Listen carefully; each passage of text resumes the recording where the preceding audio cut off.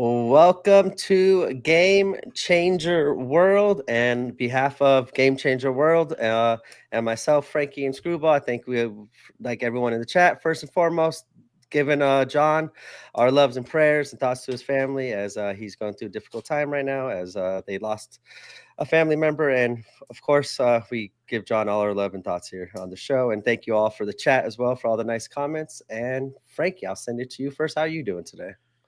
Well, under the circumstances, of course, everybody would be a little bit better. But, personally, I can't complain nowadays. We got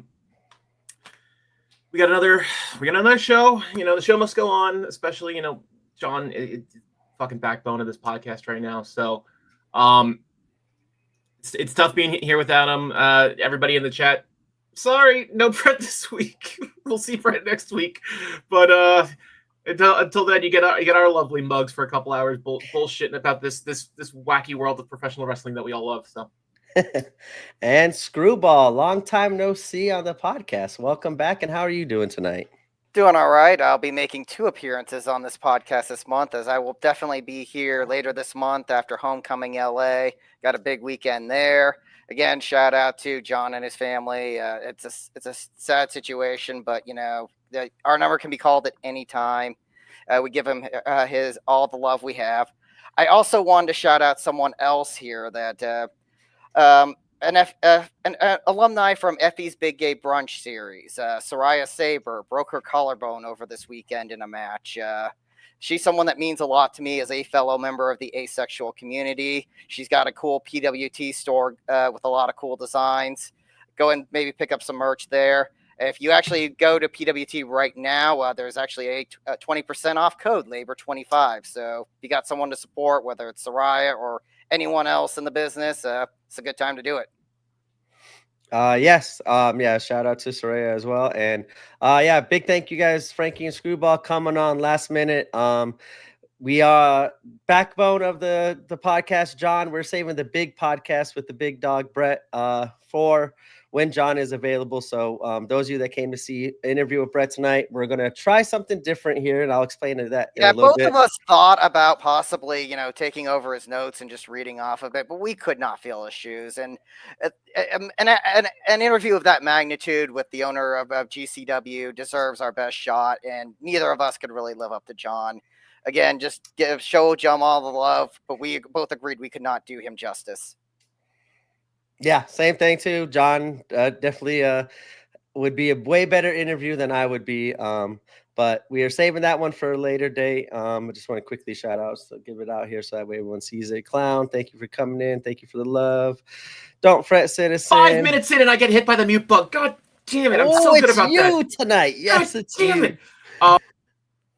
You got hit again. No. I was gonna say I can't even remember. I was gonna make some joke about the gallows humors and us saying like, well, we were talking about we didn't have a bit for next week because Brett was gonna be on this week. We didn't have anything for next week because there were no shows. Well, now we do. I wish it was a better circumstances, but here we are. Yeah, we also had little plans for next week as well. A fun interview. Also, luckily, it kind of worked out. Things fell through there, and but yeah, we're gonna try a little different here tonight. Let me finish giving John all his love here from TJ and the Havoc crew, James Nader. Do not fret, citizen. GCW family's definitely coming to John's back tonight. Sending love, Ishmael, Patrick. Thank you guys. Just trying to go down the line here, make sure John sees all the love that he's getting in the chat. I know we all know he'll be checking this out later. If not live from later this month. Yep. Get that discount. What'd you say? Labor 25 for Labor 25. Nader, did you get a hold of my questions here? That is going to be a question a little later on here. We got a little. Oh, don't worry. Yeah, I got thoughts on it. Homecoming LA. Actually, got a little hot take later on for one of his questions that relates to it. And another one. We'll also have a lot to say about that one too. Trust me. My legacy will be talking shit about a company that I'm broadcasting from their YouTube on, won't it? That's why that question will be first discussed tonight, James. We will talk about Foxcatcher. So I gave them 10 questions, 10 kind of topics that I'm going to bring up to you guys. We're going to kind of do an around the ring style show. I'm going to kind of just bring up topics. We haven't heard Screwball in a while. Frank, I know you have a lot of stuff to say about a lot. Listen, I'm going to defer to Screwball every time because I run my mouth enough on this goddamn show enough. So I will defer to Screwball. Whenever he wants the floor, take it, okay? Yeah. Kind of the reasons why I initially kind of wanted to take over, but until I realized what a daunting task stepping into John's shoes for an interview with Brett Lauderdale would be. Just a little bit. Just a little bit. A little. And I am not feeling too good as well with my voice, so I want to let the guys talk. You guys, as we go through the chat, I will save some questions. So if you guys have any nice topics you want to send to Frankie and Screwball, I will save it, and we will do it later on in the show after our 10 topics. But I got a little 10 topics. After each one, I'll kind of say who I thought is the winner, and we'll see what the chat says too, and just kind of have fun with this. We're just gonna, as we said, this is a thrown together episode, and thank you guys once again, Frank and Screwball, for coming on. No worries. Here with Thoughts and John. And all right, so our first topic of the night was the aforementioned Foxcatcher. I want, without the Foxcatcher involved at the moment, who would you guys pick with no story of Foxcatcher? That's not like never happened. Mm-hmm. Who would you guys have at the moment take the belt, JCW belt, off of Masha Slamovich? I guess I'll let you take it. Well, I'll leave a little bit of the Foxcatcher in there. I figure the one person that makes the most sense and was recently announced for a bunch of shows, the Bounty Hunter, Brian Keith. I would love to see, I don't know what his schedule is going to be after this year, so that may not be necessarily be in the cards anyway, but he definitely needs to be involved in this story. And another person that I think is kind of being built in the background, maybe not the person that takes the title off Masha, but the person who takes the title off the person who takes it off Masha. They've been kind of silently building Darian Bankston as a key component of the revival of JCW, and he's certainly got the talent and the ability to do so.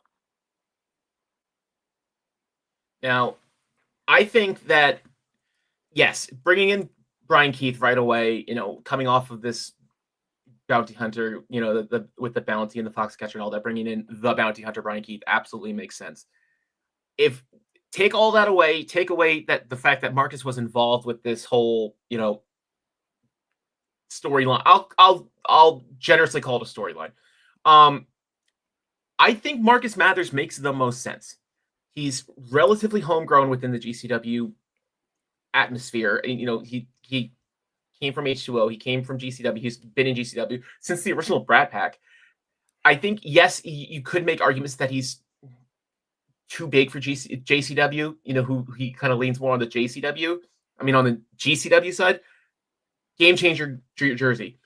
But I think that as a new face that's not Masha to carry the belt, I think Marcus makes the most sense because he can bring that belt to game changer shows as well, and carry that belt with that intercontinental weight that I've been striving that belt should act as. And I'll get back to that later because I think there's another question that'll leaf right into that. But for lack of a mid card belt in GCW, I think that the JCW World Title makes the most sense there, and I think Marcus is the right person at the right time to carry that belt in both companies at the moment. Yeah, he would be the champion right now if I had my way, and she would have lost it back in like February, but that's not the timeline we live in right now. So Frank, I'll just piggyback off of James' question here. Would you have Marcus go heel or stay face? I think we talked about this last week. I think Marcus is too homegrown to be a heel no matter what he does in the state of New Jersey. I know he's a Philly guy, but how many shows happen in the state of Philadelphia, state of Pennsylvania versus New Jersey? I think that he can do no wrong in Jersey when it comes to GCW shows. He'll be a face no matter what. I will say outside of New Jersey, though, we have seen glimpses of heel Marcus, and I kind of like what I see. So maybe not right now, but, if the WWID thing doesn't work for him, there's definitely legs there. Now, for Screwball, Darian, he's been kind of working a little bit as a heel face, like kind of both ways in his JCW matches a little bit. Who would you have be his first challenger if he does dethrone Masha? Well, we just stopped talking about Marcus, but Darian is 2-0 against Marcus Mathers. So, that's already there would be a great storyline if he was the one that took the title from Masha. I don't think it's, again, I wouldn't have him do it right now, but I'm looking a year beyond as Darian is someone that could be carrying the brand a little bit later on. And same thing, Frankie. Who would you have challenging Marcus Mathers as a new champion? I looked over the chat and somebody completely blank. I blanked on bring up Crow and say it definitely. Griffin would absolutely be a great foil against Marcus, if not Griffin being the asshole heel to take it off Masha. I didn't even think of Griffin. Completely blank. That's why I'm looking at the chat, because these guys know more than I do, and I say I know a lot. Griffin has such perfect heel energy these days that even his heel shtick sucks so bad that we're booing his heel shtick being bad, which I think wraps back around to good. You don't need that. Beyond that, I can see like a Mad Dog or somebody like Darius. I could see. I think he needs a little bit more time. I don't see him, with the belt immediately. Oh no. Who are we thinking? Like a Mako even. Yeah, I think there's definitely a good amount of heels in JCW right now that maybe you don't see as the champion, but it would be a good string of challengers to start off a new babyface run. Yeah. Yeah, we've talked about same. Gary J is another one I would definitely have in that position. Who was that? Gary J. Yeah. We saw him on the last JCW batch, and definitely someone I would love to see more of. I got to see a bunch of him at the SCI in Chattanooga, and I've already thought of people in Vegas he would match up well against. So, and chat, if you got an argument for it, please throw out 3 paragraphs. This is your night, because we're winging this. we got nothing. We're here for like an hour tops tonight. So come on, if you got something, give us something. Come on. Yeah, stretch us into 2 hours, please. All right, throw Bubba up right here. Let's see. Yeah. So I was about to say, right now I kind of lean just a little bit with Frankie there, because I think those names kind of have the JCW feel because of what they've done in the past JCW. But I agree with you what you're saying, Screwball. I would love to see Darian and Marcus kind of be a feud over the next year to kind of be names to carry that brand and kind of get more over. Like Darian's kind of newer too, as Frank, you're saying, the AC crowd. I think he needs to show them a little bit more, kind of what he can do. But I love the build there. They put him against Lee Moriarty. Lee Moriarty can wrestle anyone. They choose to have Darian there. So that's kind of a sign in itself of where they're going. Yeah, they're building him up good too. Like you said, the spotlight matches he's getting, and also the big victories over the first one over Marcus Mathers. It was a shock to me, and I had the same feeling when we were talking about on the show. Like it feels like Darian is going to get pushed as the new face. It feels like maybe he moved out east to kind of become more of an East Coast based wrestler, or maybe he's just coming out here more, because I haven't really seen him mostly on the East Coast, more he's more of the South, West Coast, and Midwest. He was TWE champion for 500 something days and never even lost the title. He got injured for a little bit, but yeah, he's kind of been killing in the Indy area as well as in places like Chattanooga and Atlanta. B, pull up Don't Fret. Don't Fret. Yep. See, I think this is what they're. I know exactly what he's saying, and you can tell that they're trying to, create this parallel storyline where it's its own thing. It's with the cinematic matches like that whole Bear versus Beastman in the Woods cinematic match. When I say Bear, oh geez, Bam! Oh my God, too many B's. God damn it. And they're trying to do their own thing. Like I said, I have to have a correction from last week about how Mason was not in the title hunt as I was he's in GCW. Yeah. There is something there, but just muscle memory and just ancestral memory is a son of a bitch, because everybody still sees, at least that I talk to, sees JCW as that little brother fed. And see, when I don't feel like they ever established anything for the JCW title. I feel like that tournament, the J Cup tournament, kind of falsely set up what that belt was going to feel like. It felt like it was going to be the technical, because like the whole tournament, we didn't see tables, doors, any of that stuff. It was all just classic in-ring wrestling. Well, that's the point. The Jersey J Cup was always mat classics, pure wrestling. That there was no weapons in JCW. I have no issue with that. But I thought they were going to keep that tradition with Jordan winning it, and his first title defense was mayhem all over the UCC against Mance Warner, and just like totally threw my thoughts. What I established was going to be the JCW. Okay, I see what you're saying, but the J Cup itself. Yeah. Yes. Okay. Sorry. Yes. The J Cup itself, yes, is pure wrestling, but I can see any match can have any step. I mean, any belt can have any step. That's not. I'm not worried about. I feel like it would have made it feel different, not just as even a mid-card title, but you could have had just in-ring classics, and there could have been it's more of the pure wrestling title, even if they don't do pure rules. Sure. Yep, the Deppins, the Greshams. Well, there's a lot of things that belt could do. It could be your workhorse belt. It could be your mid-card belt. It could be your pure belt, whatever you want to do. Nothing has ever been said out loud, and by indifference or by on purpose, not to limit the belt into a certain category. It's just sometimes they do mention JCW rules, regardless if it's JCW or GCW. But yeah, it's not consistent. There's no structure.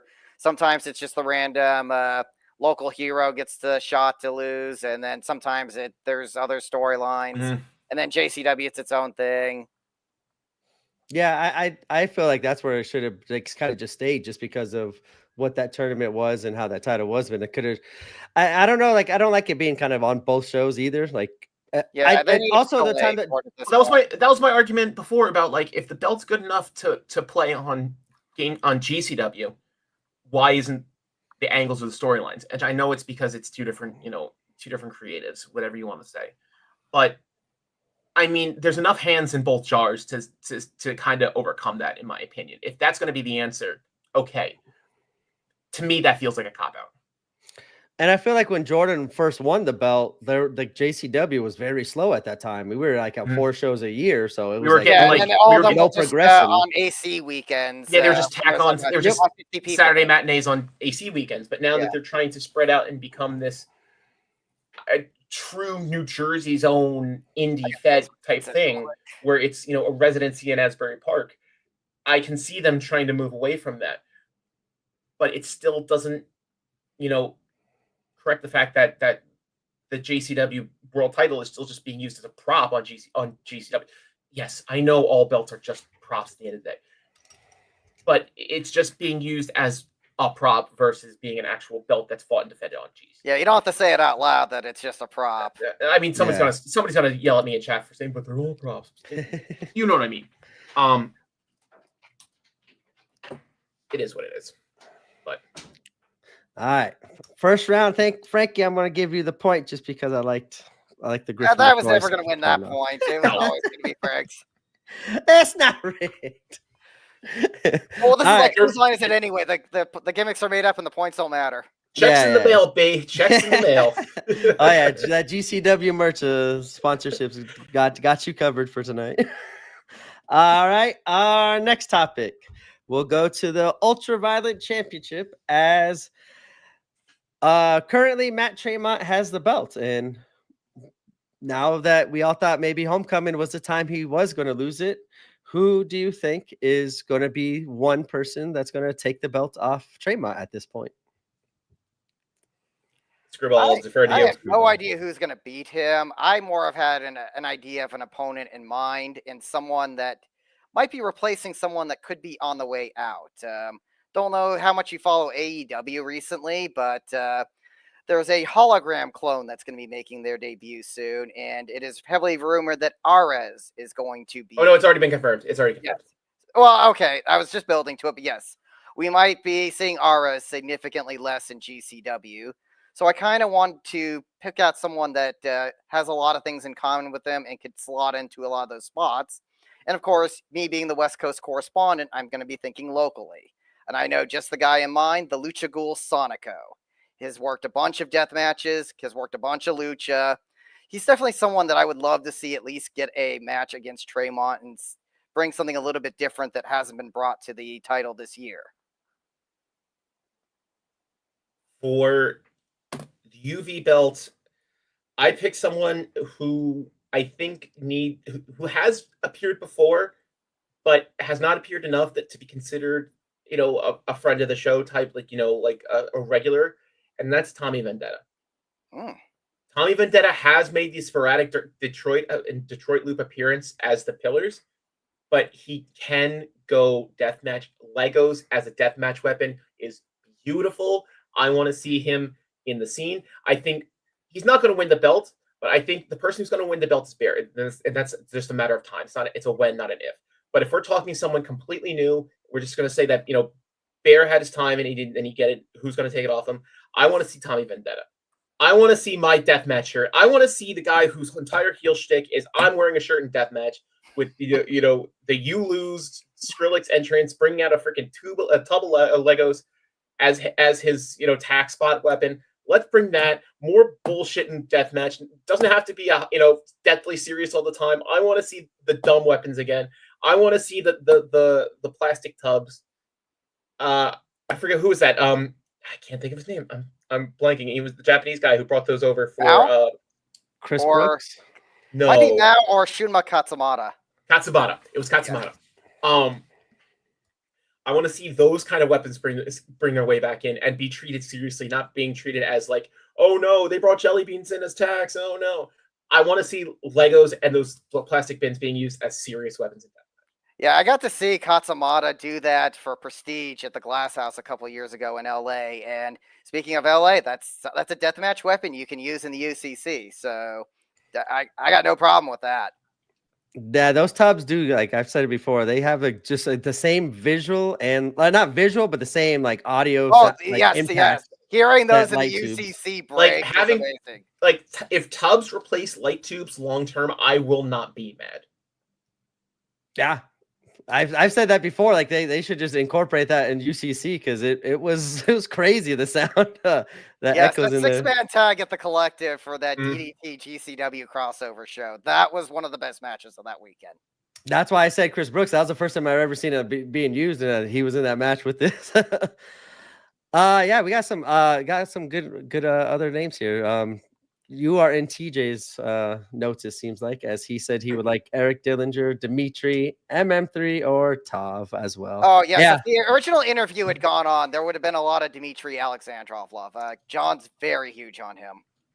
Yeah, that was definitely a name. I got to see a bunch of him Mania weekend this year in Vegas because he was one of those guys that was working all over the place, and certainly would love to see a lot of Dmitry Alexandrov as one of the upcoming people for Tremont. Let's see who we got in the comments here. We got Gage, we have Katsumata, we have Yoshihiko, Gabe Sky. Oh, that's way down there. I'm gonna have Gabe Sky. That's a name that totally makes sense, but I completely forgot that he does a lot of hardcore stuff with He's a lot of no ring stuff. He does a lot of no ring stuff with Casanova. Oh God, I haven't seen him in a while. I was about to say, like, I never knew he did anything like that. He does a lot of he does a lot of the New Fear City no ring stuff. I saw him do that this year in Mania weekend as WrestleMania was ending and we were waiting for the clusterfuck. Yeah, Rena was another name I saw. We've seen Rena a bunch though. I'm not exactly mad. I'm not like clamoring for more. I mean, of course, she always puts on a good match. I never heard of this name. Educate me here. Right? Anybody heard of it? No? Okay, maybe I'm not. I'm sorry. Okay. James, help us out there. I want that's a brand new name that I'm interested. We would love to discuss new names. Like that's part of the spirit of this. This was another one too. I thought of, and obviously I think this was going to be a question for Brett. We had tonight too. AJ, if AJ was going to be back, and if so, that would be a good fit as well. I don't know how much deathmatch he's doing these days, but I vaguely remember hearing something about him not doing as much deathmatch and more doing straight. Maybe going up to a hardcore, but not doing like full on blood like he used to do. Yeah, I saw him do like a no ring scramble at that Murder Mania show, but it was like 8 guys elimination. There wasn't a whole lot placed on anyone in that match. Mm-hmm. So, all right, there's a new name, Lil Sicko.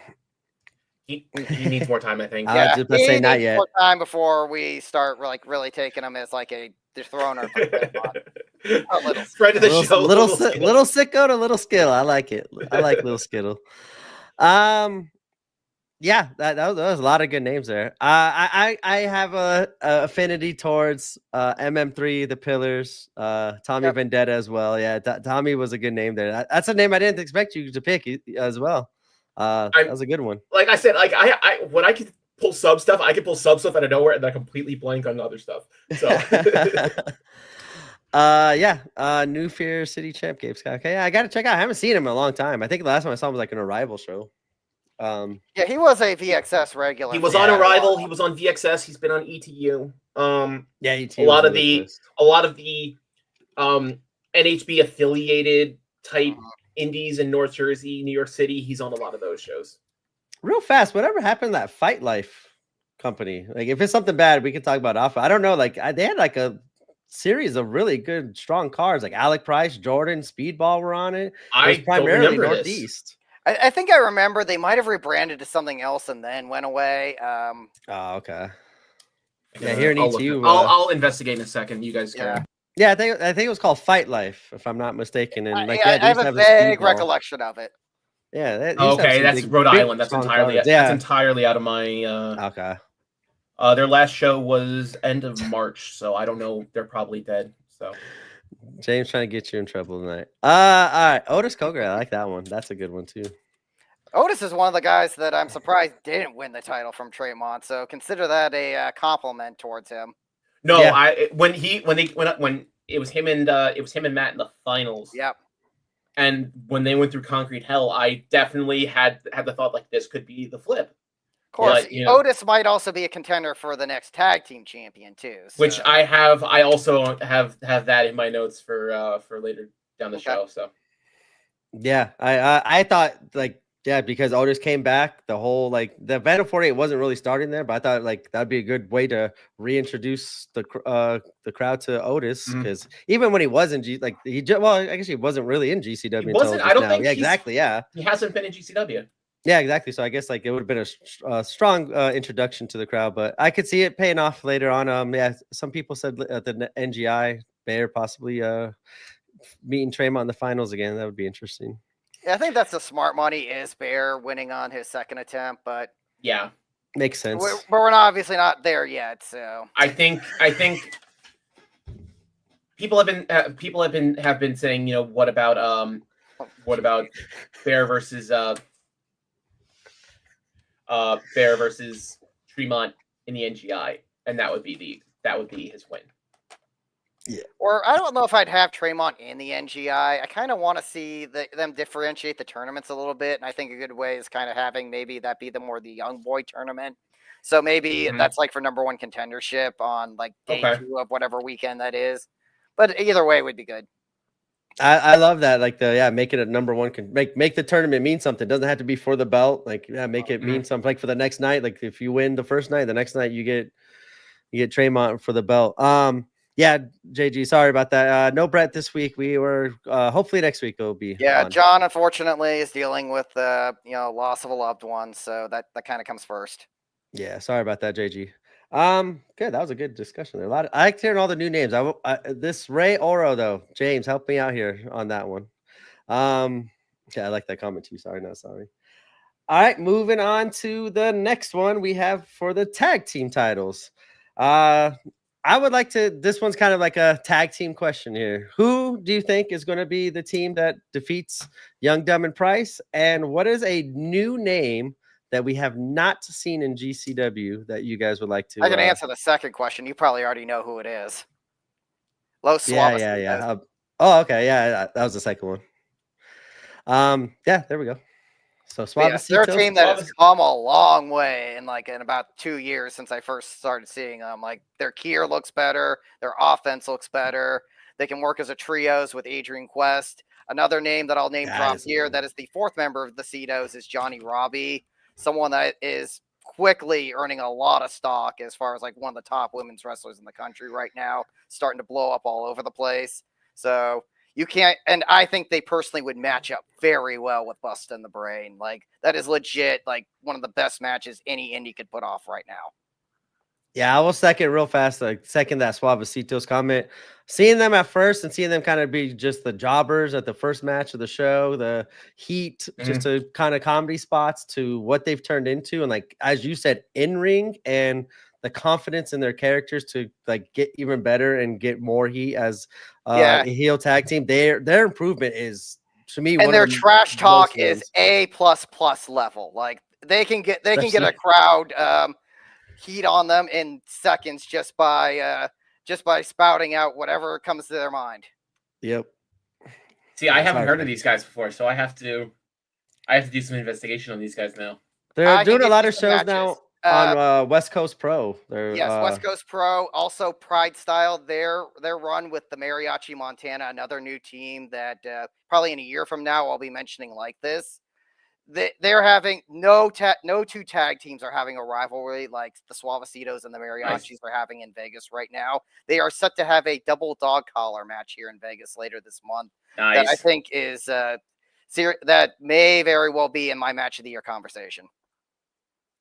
Considering how double dog collar, I think, is one of the most interesting matches we've had in GCW with Joey and it was Sawyer.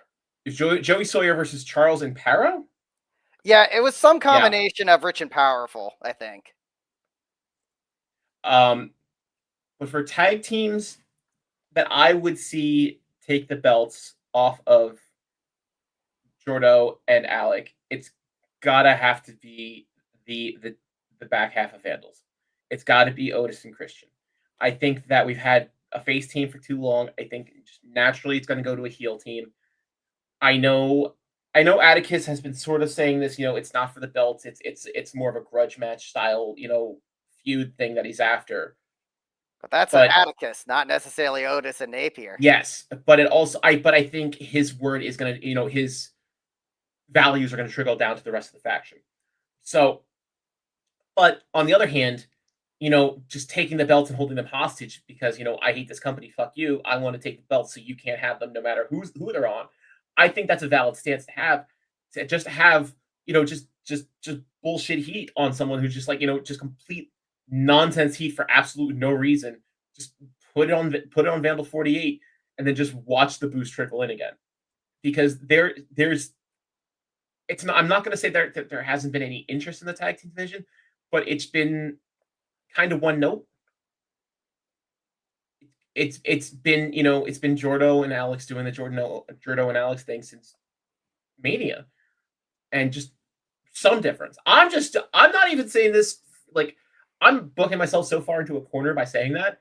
I just want to see just the violence of the outcome. I just want to see the fireworks show of what comes out of that, and that's for future Frank to decide about what to fix coming out of that. Coming out of the back end of who would beat Vandal. I like how we kind of answered this question in different ways. I thought of a good challenger that would mix up with the champions right now, and you're thinking who's going to take the title off them. I think it works. Yeah, I Vandal 48, they just, as you said, just based off of being near Atticus as tag champions. Mm-hmm. The videos, I see a comment I like here. Diego Hill and Bojack. Oh, that's a good one. Sorry, Steph. I'm going to give Steph the winner on this one. Los Desperados here. We just saw them challenge for it, though, which is kind of... Thank you, Steph. They've been in the tag scene for so long that they deserve a run, no matter how short. Yeah, stay tuned for later. Of our questions later. Yeah, but they've been around for so long, and the fact that none of them have had a belt in GCW is kind of a travesty at this point. So... Yeah, that's a good point there Crush too. Boys being mentioned. That's one of the teams that really helped Los Suavecitos get to this point, and we've seen Titus and Starboy in GCW shows in the past, so definitely no issue with that. Yeah, I started the first one that you said, Aaron. There, Crush Boys would be awesome. That'd be an awesome feud too. To Infinity and Beyond. Who else we got here? Rob Buck Nasty, I see, is being mentioned. Rob Shit Nasty, and Skinner. I'd love to see more of them. Another SCU. Jordo and Alex listen to SCU. Okay. Oh, did I not mention that in the comments last week? That's not bad. Guy and Kazarian. That would be a good one. Like, yeah, that's kind of what I was talking about. Like, when East West Express, when they were tagged, they had the Motor City Machine Guns, like the name value tag team to kind of build off of. That'd be really good for Alec and Jordan there to kind of build off of it. They weren't already booked, or or it could be some double switch booking where it could be the tag team match. You never know. Oh, right, no, Alec was Alex is booked. Yeah, AIW. Yeah, Alec is working Ohio for the show, and then of course we got Kazarian and Jordo. Yeah. Yep. I'm saying you got half of it right there. I mean, you could do something. You could maybe set it up for the December show. Maybe. That was another name too. I thought would have been perfect for Homecoming. Yeah, like they even had the setup ready to go with the New Vandals. Jersey show on SummerSlam weekend, but yeah, it just wasn't to be. Yep. You have War Raiders for Bloodsport. That'd be nice. That's Crow. That's going to be a fun match. I forgot where that one's going to be Indy, at. I believe. Indy, yeah, that's going to be a really good match. Me and John definitely talked about that since day one when we first saw Slater and MLD in GCW.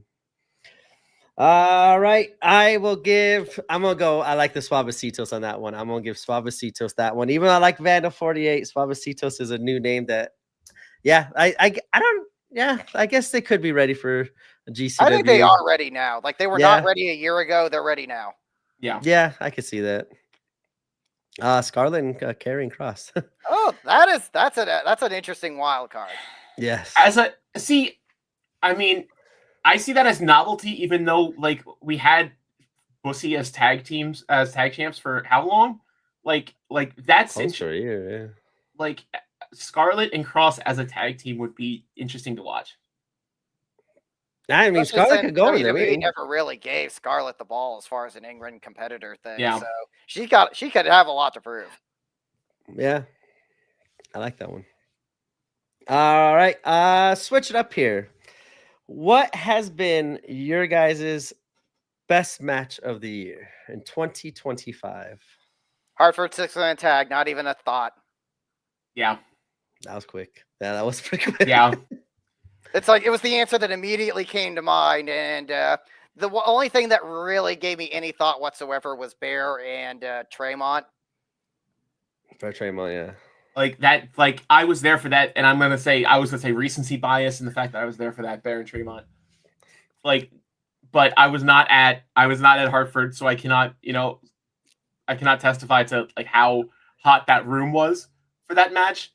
But no, it's Bear and Tremont being there for that. It was an insane match, and like the fact that two matches so short together, Bear Slade and Bear Tremont are both were both immediately tagged as match of the year contenders. Mm-hmm. Yeah. And those are the three where it's like I'm watching. It's like this is like one of the best things I've seen all year. Also, got to give it to Ishmael here. KJ Orso versus Sam Stackhouse. I quit. Definitely belongs on the conversation. Oh God, I quit. Jesus. And that's even with me calling the finish as soon as they announced it. It was that good to where I knew exactly what was going to happen, but they still managed to pull it off so well. We got Bubba's talking someone to say Hartford. Uh-oh. All right, well, Bubba's talk your shit about Hartford and comparing Hartford versus Barry Tremont. I want to hear this. Who else we got? Ash, good perspective there. Someone's been at all of them. The crowd was insane for the 6-man. What is this? What is James saying? He's working Wrestle Pro. What? Oh, he's talking about Scarlett and Kross still being at work. I don't think they're at work anymore. Oh yeah, no, I don't think it's at work anymore. If the Twitter promo that says I lost my job, it's not at work. It's not a fucking work. Violin. Oh, effing Mike. He's swearing too freely, like how John said last week. He's swearing like a 7-year-old that learned a new curse word. He's swearing too much for him to still be getting paid by some, and his checks are not being signed by McMahon anymore. Let's put it that way. Yeah. And he even came on was it Helwani's show that said he asked Kevin, not Killer Kross, are you employed by the WWE right now? And he said no. And when he specifically asked the actor, not the character, and he said no, I will take him at his word saying that it's not at work anymore. I do like the idea of putting the tag titles on him if you're still a little bit worried about it instead of booking the main title on him. Yeah. I think as you said, a novelty thing. Like, why not at this point? Like, I wouldn't mind a once in a while novelty like champion, especially if it's a big And I'll name come like back to that in could a little give. bit because that might pertain to something I've got later. I mean, that's literally what we thought Cardona was going to be. We thought he was going to be a cup of coffee just to put his name on the belt and say, like, okay, we have him. But Yep. he went on for God knows how long, what, 2 months? Yeah. Ash with the Mance versus Gabe Kidd at White Eagle, and I'd even maybe throw in the spring. Woof. Too. I didn't even think about that one. That was Yeah, this I'll year. say, I'm behind here. Let me catch up to you guys then. I'm on Ishmael here. Honorable mentions: Fuego Atticus, and then Fuego Zack Sabre, KJ Atticus. Matches. Yeah, right. Ash also added in KJ Stackhouse, Bear Tremont as well. See, we have a consensus top 3, it seems like. Convincing the 6-man to be a wrestler. Especially since it's both genders, so anyone in the audience, literally anyone, could be thinking that. That was one of those just fan friendly. Like, no matter who you cheered for, like you're gonna enjoy somebody in that match. Mance versus Tremont Rochester. That's a good one. Josh Alexander Speedball Bloodsport. Boy, I forgot about that. Ash with the Bear Slade, as I mentioned. Yeah. Yep. Yeah, that's definitely gotta be up there. Sabre Gresham, Mance Tremont. I'm about to say I have not recency bias, but being live bias. Like for me, Gresham, Zack Sabre is up there, especially for Bloodsport. Mance Tremont. Here we go. Sorry, here we go. Catching up. Oh yeah, Gabe Kidd, Mance. Oh yeah, that was J Cup, right? That was in the tournament. Mm-hmm. Yeah, the J Cups. That was when they fought out the building and they had to call. Yeah, that was the first time. And then I think the spring break match was almost as good. Like, yeah. Manson put on crazy ones. That one he had Zack Sabre Jr. in Phoenix too was crazy. Best match all time: Jimmy versus Joey. Social distance. I don't hate the idea of it. I went back and watched Fight Forever. What a wild time in professional wrestling that show. You done the 24-hour show? I literally I turned that show on as I went to bed. I woke up like 8 or 9 hours into the show. The entirety of it was still great. I can't believe Jordo and Tony really did a 1 hour advertised match and then ended up working 2.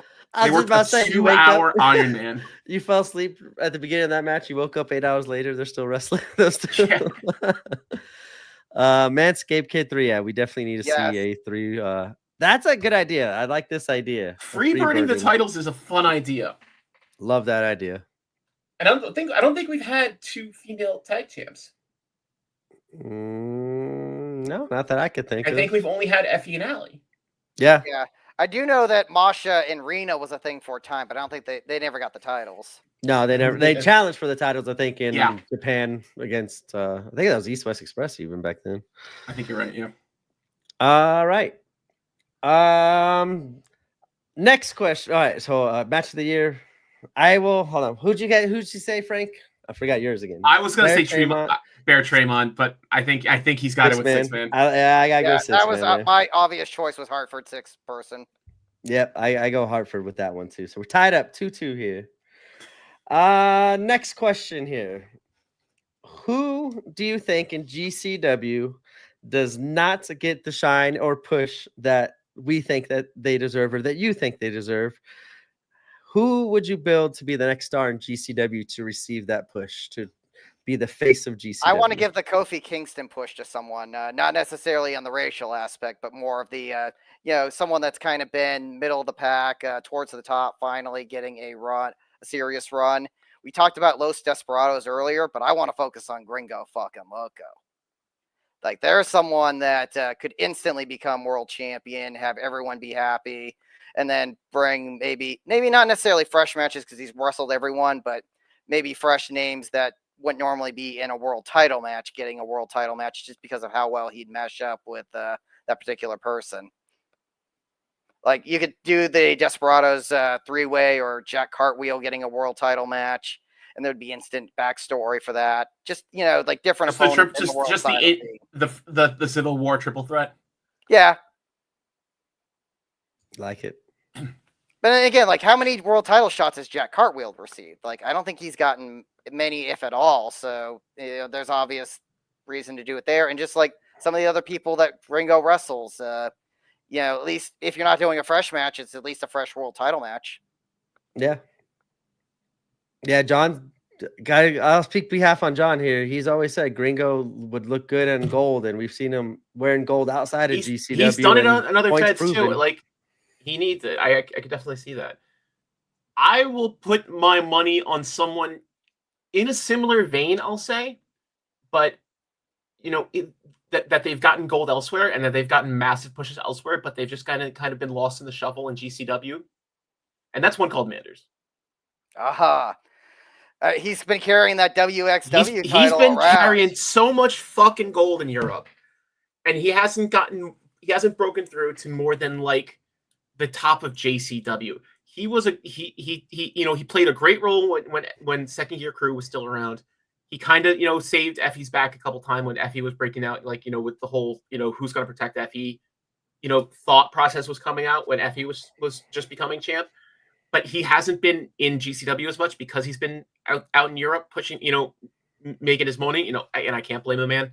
Hey, once that title run with the WXW is over, that would be a great point in 2026, maybe. One called Manders, he's not unknown to the locals here in in Atlantic City or Philly or whatever you want to say.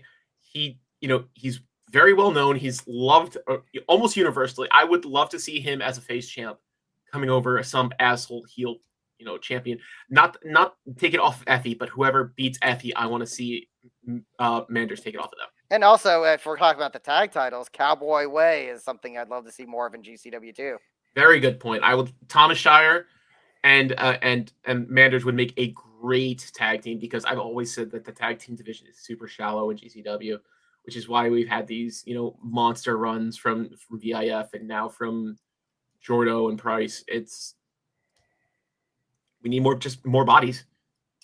I'll piggyback off what you said, Frank. How he even after with the SGC stuff, even when they kind of folded and they went away, like we said, Manders is going what's going to happen with Manders? He's going to be kind of like the one that's forgotten in the whole group because we saw Mance kind of get pushed and Effie, but he's definitely earned his way back and not earned his way back, but he stayed in the. If anything, there's parallels to when the Shield broke up because Mox had his own identity right at the gate when the Shield broke up. Rollins. God damn it! I'm so indie brained. I can't even think of people in the Fed anymore. Roman got stuck. With Seth Rollins, he broke out and he did his own thing and he became his own person. And Roman Reigns was still wearing the colors and still weren't using the theme song 3 years down the line. And it took him until Tribal Chief to actually get his own gimmick that wasn't just, Shield leftovers.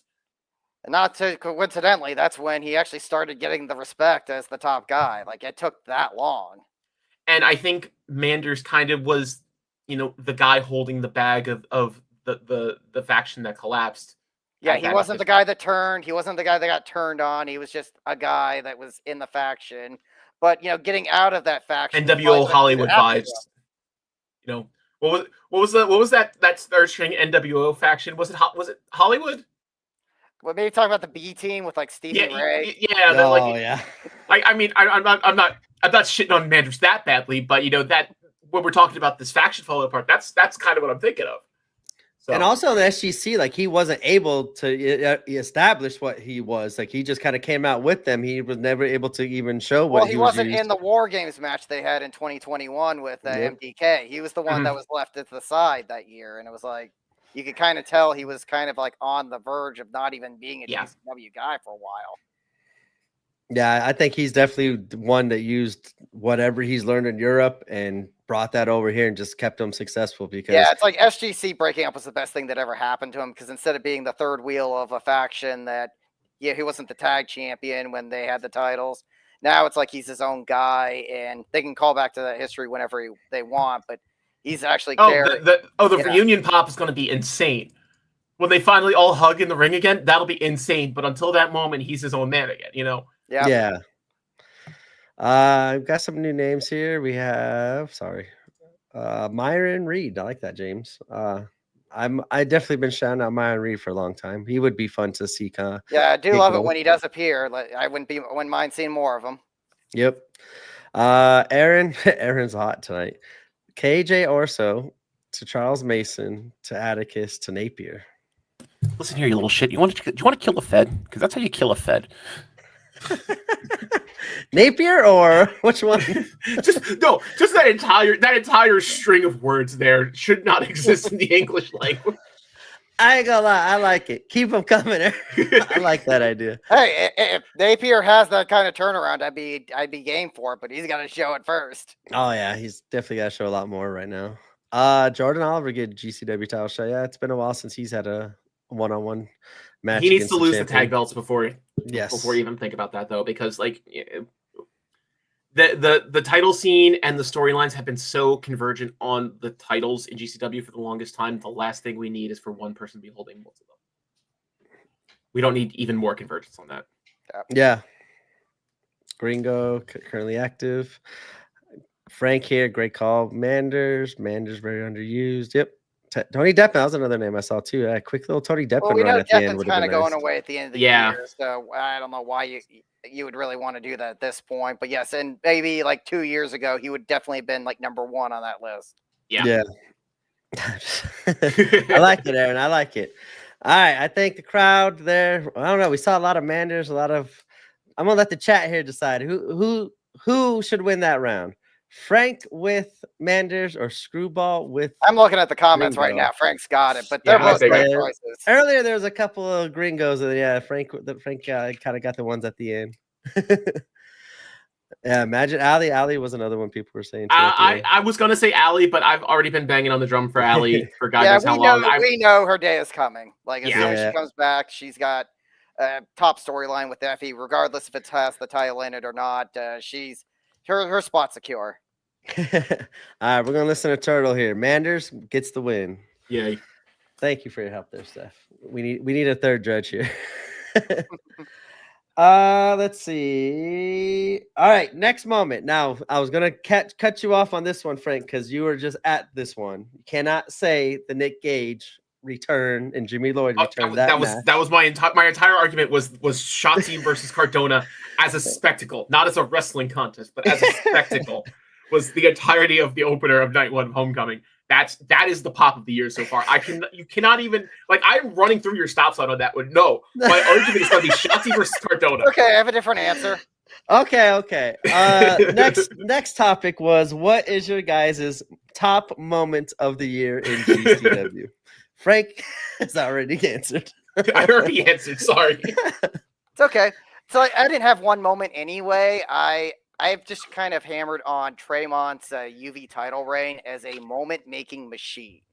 From the moment he won it, holding both titles up, to making Arez's blood spray all over the UCC, to winning the Tournament of Survival, to establishing Bear Bronson as the next hot name in independent wrestling for the deathmatch scene.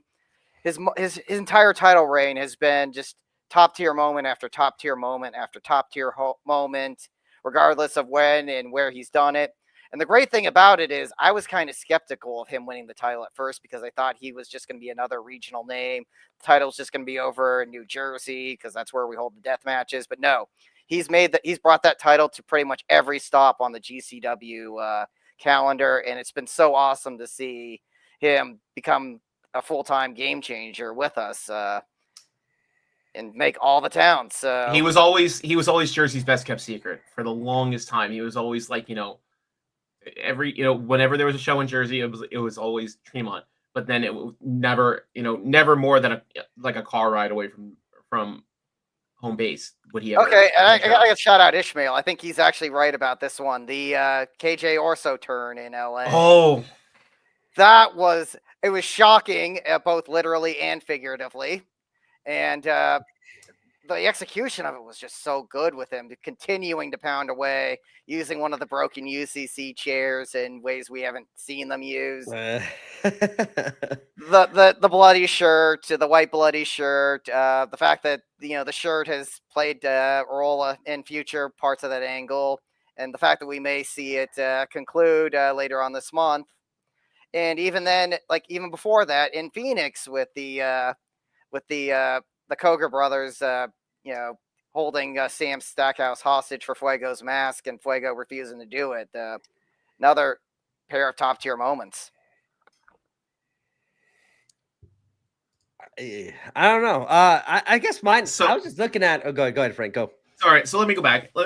Okay, so we're kind of playing fast and loose with moments because you're talking about Tremont's run as a whole, creating multiple moments, and we're talking about the Fuego and Sam storyline. Creating these moments. Okay, if we're gonna talk to those as like connected sets of moments, we're talking about the pure concentration of pure hype that came out of Shotzi versus Cardona. Mm-hmm. First of all, Cardona's involved at a homecoming show. Right there, you've got the legacy of Cardona making wild entrances at homecomings. Before the cars, he had to fight through the crowd of people carrying his action figure on nooses to get to the ring to fight Nick Gage. Okay, then we got all these car entrances when we came to the terminal. Okay, and he's done 3 straight years of car entrances. Beautiful, by the way. So we know we're in for some just straight up TV bullshit right away. So he comes out in the full Back to the Future gimmick. Great. Shotzi comes out in her own vehicle gimmick. Not only that, it's a sponsored gimmick match. Okay, that's that with that Cardona flex right there. So we have Cardona, and then we have Shotzi with the tank. Shotzi's coming out there. She's doing more death. So point number 2. Point number 4 at this point. And the ecto cooler light tubes. That was great. Beautiful. Itself. It's so with the fact that we had tubes when Shotzi kind of has. I think Shotzi was kind of doing the Cardona. Like Shotzi's been playing the Cardona playbook note for note since she came back. And she's still playing it now. Exactly. I'm done with that match. And then she goes back for more tubes, and then she tweets, "I'm done with that match again." And now she's challenging for the world title at Homecoming. So, I mean, there's so many, just the weapons, like straight up tubes with Nick Gage not being involved. We already had tubes. Okay? Beautiful.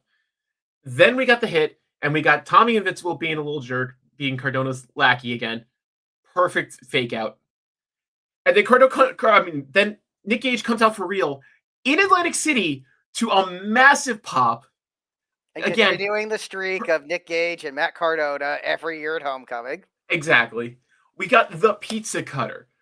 And then we had the Druids come back, which called back even further than Cardona, because if you don't know what the Druids are, and you just thought the Druids were just like, oh, who are these mystery people? No, the Druids go back. Cardona made his debut.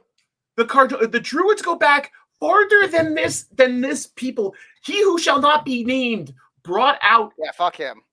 Brought out Druids as like his lackeys. And then we thought it was gonna be Mox because one of the Druids did the shoulder roll, and then fucking Cardona pops out from underneath the hood. You had me at Druids. I saw the Druids come out. I'm like, what else could possibly happen? Yeah, you knew someone had to be in that. Like they were obviously going to do a reveal because they're not going to be calling tribute to G Raver.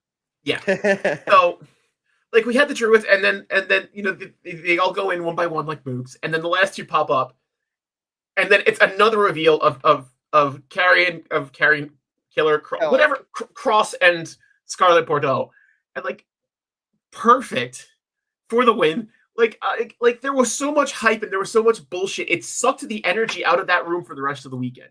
We have complained about how the rest of that show, plus all of Sunday, did not live up to the hype that the opener on Saturday did. Yeah, we've seen Matt Cardona matches kind of burn out because the formula does not work on like match 10, but match 1, it sure the fuck worked. Yeah. We got some honorable mentions here. Brett being a character during the GCW, JCW feud. Yep. I absolutely enjoyed that and all the commentary. Plan B was the line of the year on commentary. Plan B for sure. Commentary. I never had a plan B. Never had plan B. Oh my god, that was perfect. Oh, we had like earlier Fuego and Mask and KJ Holy shit. KJ tasing Stackhouse. I feel like someone just tasing me right now. Clown. I was gonna say this one. That one would be mine too. Atticus' return. Even though Atticus it's was last close. year. Yeah, near the end of That was last last year, year, though. November. Yeah, I know. That's why I was like, if I want to cheat, I would have said that one. That's a good one too. Turtle with the Chris Jericho showing up. That was at also UCC. last year. Was that That last was year? all. That was December. Oh wow. December. Wow, yeah, it's And that all really these didn't shows really are going. pay off, except for Ring of Honor. That really didn't pay off in GCW proper. So It didn't I pay off at all, in my opinion. Yeah, That that was Ring of Honor crazy. match sucked. Yeah, like and taking that And spot away Cardona from was Starks for completely no reason. miscast as a face there. I don't know why they thought that was going to work. Yep, that too. Should have been him and Briscoe. That would have actually kind of been something. Briscoe's a nice one. Gage return is better than CM Punk's return. I will 100% agree there, Aaron. Havoc. I guess, yeah, we just established that. yeah, was last TJ. year, Yeah, we sorry. were talking about how that was last year. Yeah. Sorry, TJ. I'm trying to cheat for you too. Seeing Brett on the mic during GCW was epic. And yeah, we got some new ones Jericho's here. not showing up again. That's not happening. No. Napier notice debut. Maybe Jericho. again. Otis was, I think, end of the year. Like it was on that New Year's Otis show. was, I believe, Otis was New Year's Eve, and I think Christian was Christian at was that so- Baltimore show. was so weird because he showed up as a ref, and I'm like, I was watching that show, and you know, you can call me any name in the book for saying like, oh well, you know, you're saying this after the fact. When I saw him as the ref, I was like, why does that ref looks familiar? And the thought left my mind, and I didn't put two and two together until he actually attacks him. I was like, oh, that's Napier. But you know, it was one of those. It definitely threw enough of us off to say, oh wow, that was interesting, because you got to think about it, how many people would be able to sneak in as a ref these days, as a debut. It worked because they were not in a usual market too, so you could just write it off. As They were in a new town, and we're thinking like, who's the new ref? I've never seen this guy before. And he even reffed a few matches before that too. He didn't just ref the one match he interfered with. I think he cleanly reffed 2 matches that night. I think he reffed the one match earlier than that second one. I think. So I mean, like, it was like, you would think something's fucky if it was the only match he reffed in. That was what he interfered with. Yeah, there was a lot of thought put into that angle, even if like the hardcores were instantly going to see it. Yep. All right. Moment of the year. All right, Frank, you cheated. You went to the one. I was right though. To be fair, I didn't answer a singular moment anyway, so I thought you did. Oh, no, I just mentioned Draymond as a moment-making machine, which is true. I loved all the points you made though, because that was all one right, thing let's let TJ get his thought in. Can you scroll up a little bit to right underneath Turtle and Chris Jericho? Turtle Jericho, where am I at? Hold on, I gotta scroll. Yeah, that's like way up. Oh, okay. Oh, there we go. Yeah. Big one because such a. I mean, yes, he definitely, him finally getting that last feather in his cap was a great moment. We all kind of saw the writing on the wall on that one. So I mean, like, to us that know ball a little bit, we kind of sort of saw that coming, especially when he entered himself. As soon as he entered himself, like, I think he was the first person who would announce himself for that. We all kind of said, okay, he's finally winning it this year. Yeah, at the very least, if he wasn't going to win, he was going to lose in the finals. He wasn't going to the finals at a minimum. Especially because he had the belt. If he didn't have the belt and he was announcing him first, we could say, oh, cool. You know, he may win it this year. But he had the belt and announced himself first. We all kind of saw the writing on the wall on that one. Yeah, and I would piggyback on what you were saying though, Screwball. Like, we had those same thoughts. Like, okay, Tremont won, great. He ain't coming on the West Coast. We're never going to see that belt defended out here. It's still going to just be an East Coast thing, but he's definitely gone all over and had different style matches. Like, yeah, I mean, he's had death matches in athletic commission towns, so much respect for that. Jeez. Oh yeah. Yeah, and he's. I'm glad he's having the run now because I didn't ever catch like him during his prime. So like him being able to see him now, I feel. Yeah, it's like the fact that I can see him live in LA when I thought previously that Philly Mania weekend was gonna be the only chance I'd ever get to actually meet the guy. So it's nice that my expectations were so subverted. Yep. Aaron Coulter too. This was a sneaky one. JJ Allen catching fire at Backyard. That was a moment too. He always does that, though. I'm not saying it's a good thing or a bad thing. He just always does that. Right. All right. Next one is seeing as we saw a couple names come back at the moment that you said, Frank, Jimmy Lloyd, Nick Gage, and later we saw AJ Gray. What is a name that we have not seen in GCW doesn't that you would like to see come back? Screwball, I'll let you go again. Well, I have two names in mind that maybe were really regulars, but we're on the fringe of it, and would definitely be good additions to the UV scene. The first one is Akira, someone that has kind of just absolutely reinvented himself in Japan. Now, granted, I think he's retiring from death matches, but is putting focus I on believe regular so. matches. So all the more reason to have this new version of Akira back, someone that I think could add a lot to our roster.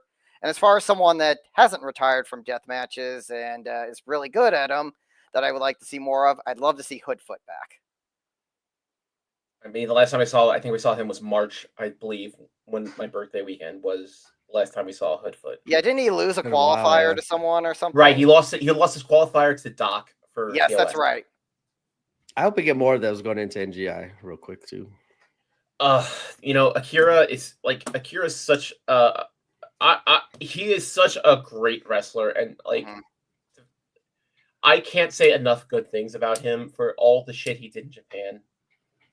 Like he completely changed his entire image in Japan, and I haven't been able to see him since he's come back to the States because It's been so long since I've seen him. It was like Mania Weekend 2024. Every time he had a show in the States, it was like literally the same day as a GCW show. So I kind of had to. My hand was already kind of forced going to a GCW show. I definitely fully agree with Akira. If for another name that I think, if we're just gonna say new names in the deathmatch scene, or Invite. I want to see or Invite back. He comes up every now and then, but he brought something that we just don't see with the regulars in the hardcore scene right now. He just kind of every match he was in was special for its own reasons. I think the last couple the matches that especially come to mind are Orin versus Cole, when Cole had that that career-defining moment carving his own chest with a tooth. And the other match that comes to mind is Orin versus Doc in Colorado. Yes. And the one I have in mind isn't GCW, but I was there when he wrestled John Wayne Murdoch at the pawn shop for 60 minutes. And that itself is that's an athletic feat, if nothing else. To go 60 minutes in a deathmatch period, much less out in the Florida humidity. Granted, it was in like October. It was actually kind of October in Florida is still Florida. Yeah. And right in front of the water, so there's mosquitoes everywhere. I'm always going to respect him just for being able to go 60 minutes in a deathmatch period, much less in that sort of situation. Yeah, chat. A lot of Yo-Yas in the chat. Yo-Yo fans, Big Bubba. I mean, I saw Yo-Yo sneaking in the back door at a Ridgefield Park show semi-recently. I'll say semi-recently. And I don't know if he's back in the game or not, but if he is, I will definitely throw my answer behind Yo-Yo because he was always such a treat to watch. But yeah, I think the first thing I said to him was like, "How's life treating you on the other side of the barricade?" But and he seemed to be doing all right. But if he's back working again, I'll definitely throw my vote behind Yo-Yo. So Havoc has some interesting names. I see. Yeah, I'm gonna get there. Havoc first earlier with the Yo-Yo, Crow Fairy Tale with the Yo-Yo, Aaron Coulter with the Yo-Yo. Yo-Yo is in the chat tonight. That is Yo-Yo fan, sorry, in the chat tonight. Actually, Yo-Yo. Kira does agree with you as well. Screwball, Kira needs to be top of the list. That's a name. Yeah, I haven't seen it in a long time, and it kind of slipped my mind. That was not near the top of my list there. And once you said it, I'm like, it just it makes sense. I would like to see how much he's improved since the last time that we saw Akira in a GCW ring, it was as the maid gimmick at a Big Gay brunch. And he worked Bloodsport after that. Was he? Yes, he worked the peanut butter guy. I can't remember his name. Peanut butter guy.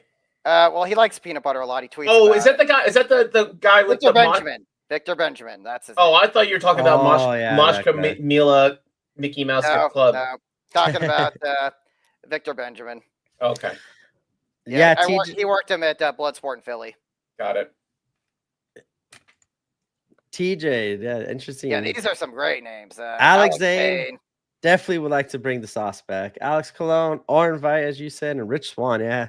Every time I hear that song, Rich Swann, I always like all night. Like I just start dancing just because of him, man. Like his wrestling's entrance ruined songs for me. Yes. Like, by the way, like Tony Deppen song I hear, Tremont song I hear. Like I'm just like I put myself in those moments, and like the Rich Swann one for sure gets me dancing. His entrance at the at spring break in Tampa, the pandemic one, the lights all on it. It's like perfect time of the night. Like it was actually one of the more surreal experiences I've heard, just because of like how perfect it was at that moment. The lighting, yeah, like it came across pretty cool. Yeah. Matthew Justice, yeah, we saw him pop back up one time against Mance, and wait, he was also in Hammerstein too, right? Yes, he was in the ladder match. He was in the ladder match, yeah. Yeah, that's a name too. That's a name I was kind of more thinking of. Didn't even think about Akira. Carly Evans, that's a name I would love to see back. Got to get her out of Australia. Let's get her another tour of the States, please. Yeah, let's get was it Ever Connors? Yes. Connor. Yeah, Connor's and Carly Evans back in. Just let me know. Oh man, I missed that too.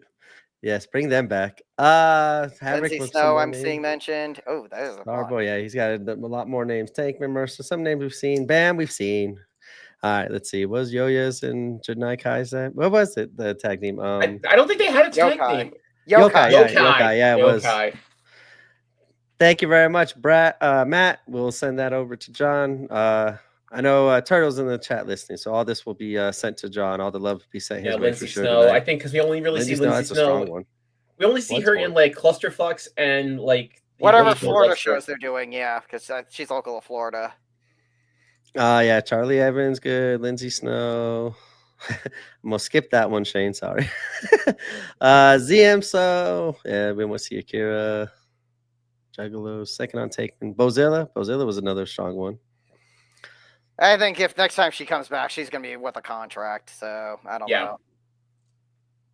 Like I think, she's already worked Forbidden Door in the UK. So yeah, I don't think she'll be available.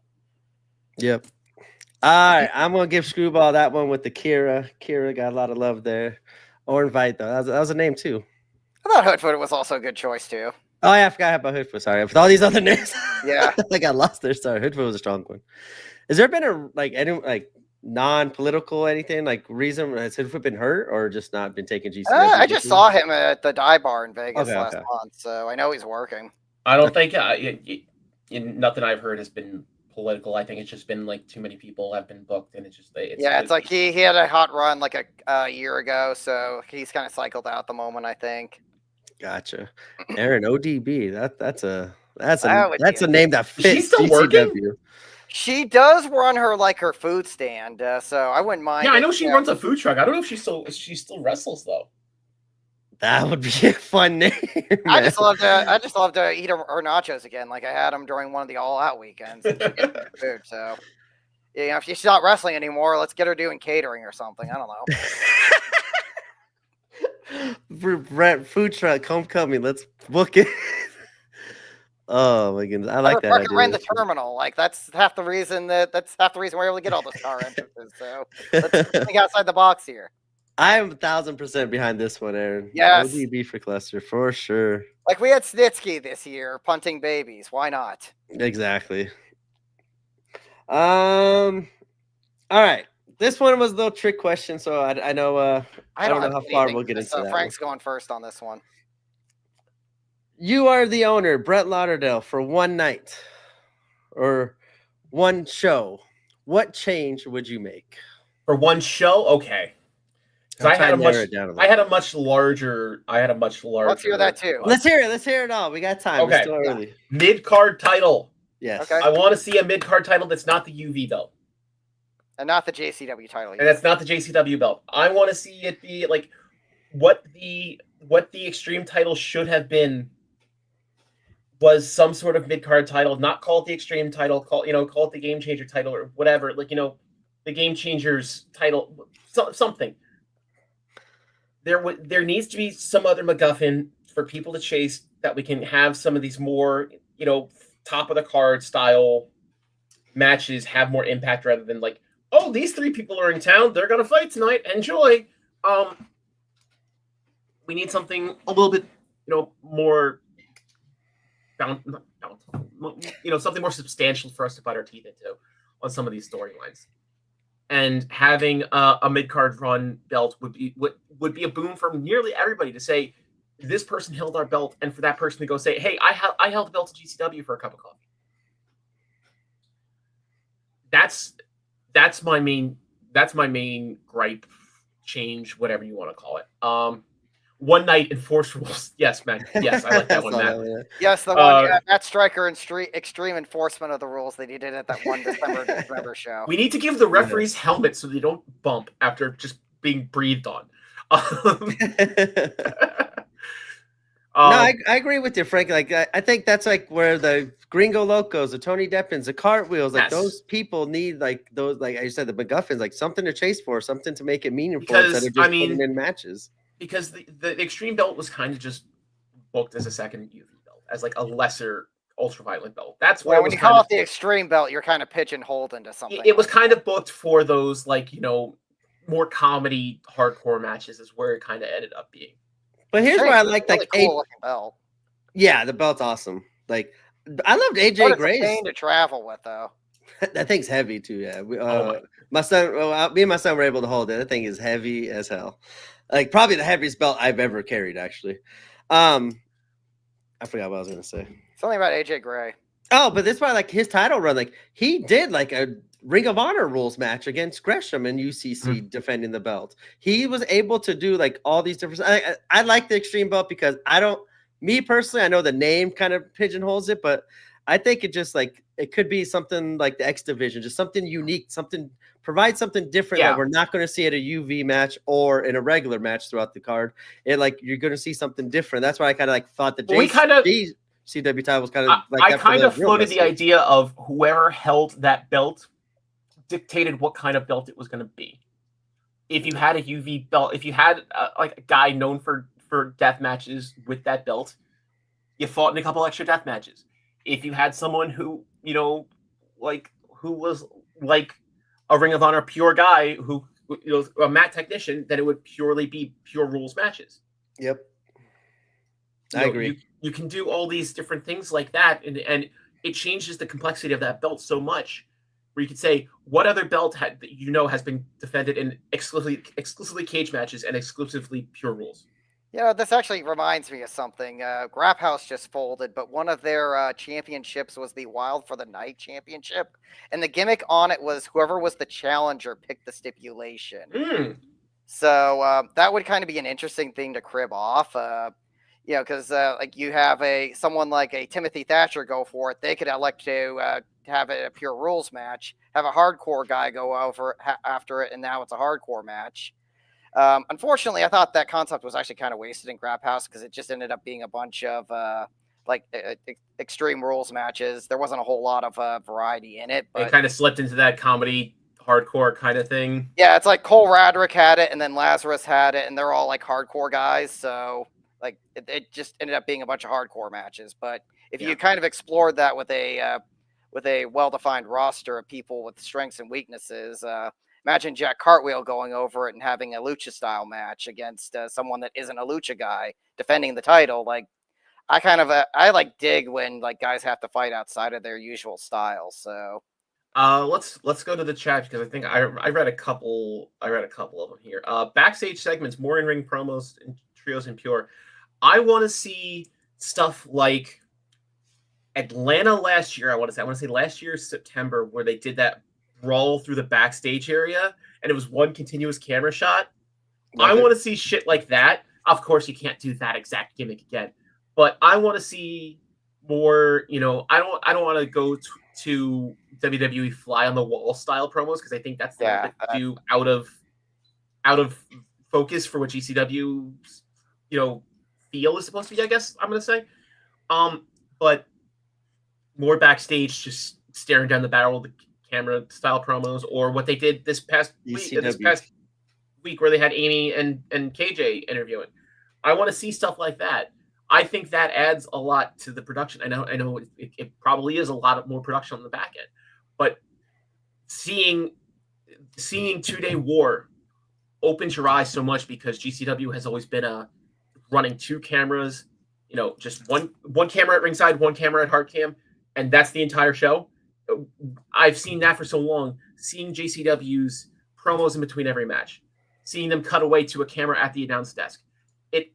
Yes, it is more of a WWE style product, but there has to be a happy medium where it's like, something like that. It's different. It adds something to it.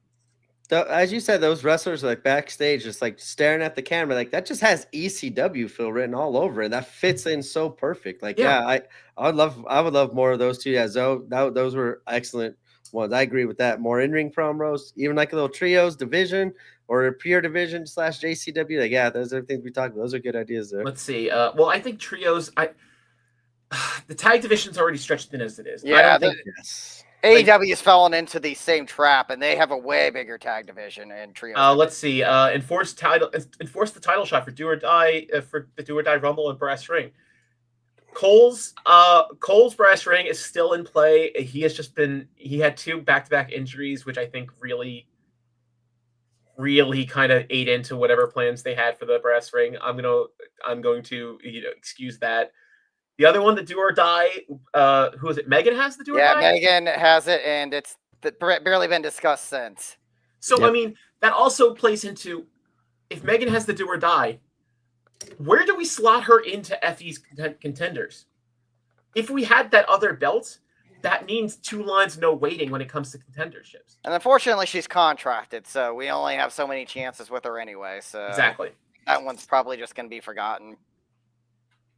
I would put it up in a match. I wish somebody would bring it up because, instead of just letting it go, I think it's an easy way to get yourself out of it just by booking it as a stipulation for the match. They can always just throw their hands up and say, "Oh well, she missed her year, so you claim it," and then just move on. And then do the Do or Die Rumble at New Year's again. I mean, it is what it is, but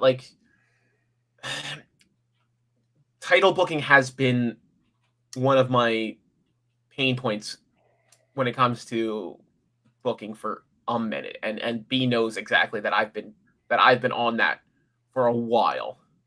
I'm not saying, oh no, all the heels have the belts, blah blah blah. Yeah, I mean, at a certain point it felt like that, but that wouldn't be an issue if we didn't have so little movement on the belts to begin with. Yep. I honestly think that if they should probably just have one of these local defenses actually go the way of the local, just to keep us on our toes. You only need to do it once every 5 years. And absolutely. No, I'm with you on that. Let's see a shock title change in Salt Lake City. Yeah.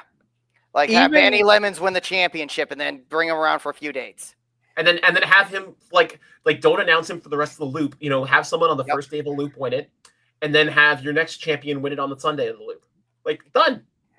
Or even just maybe the next loop, you just give the one guy a fly in just so no one expects it. Sure.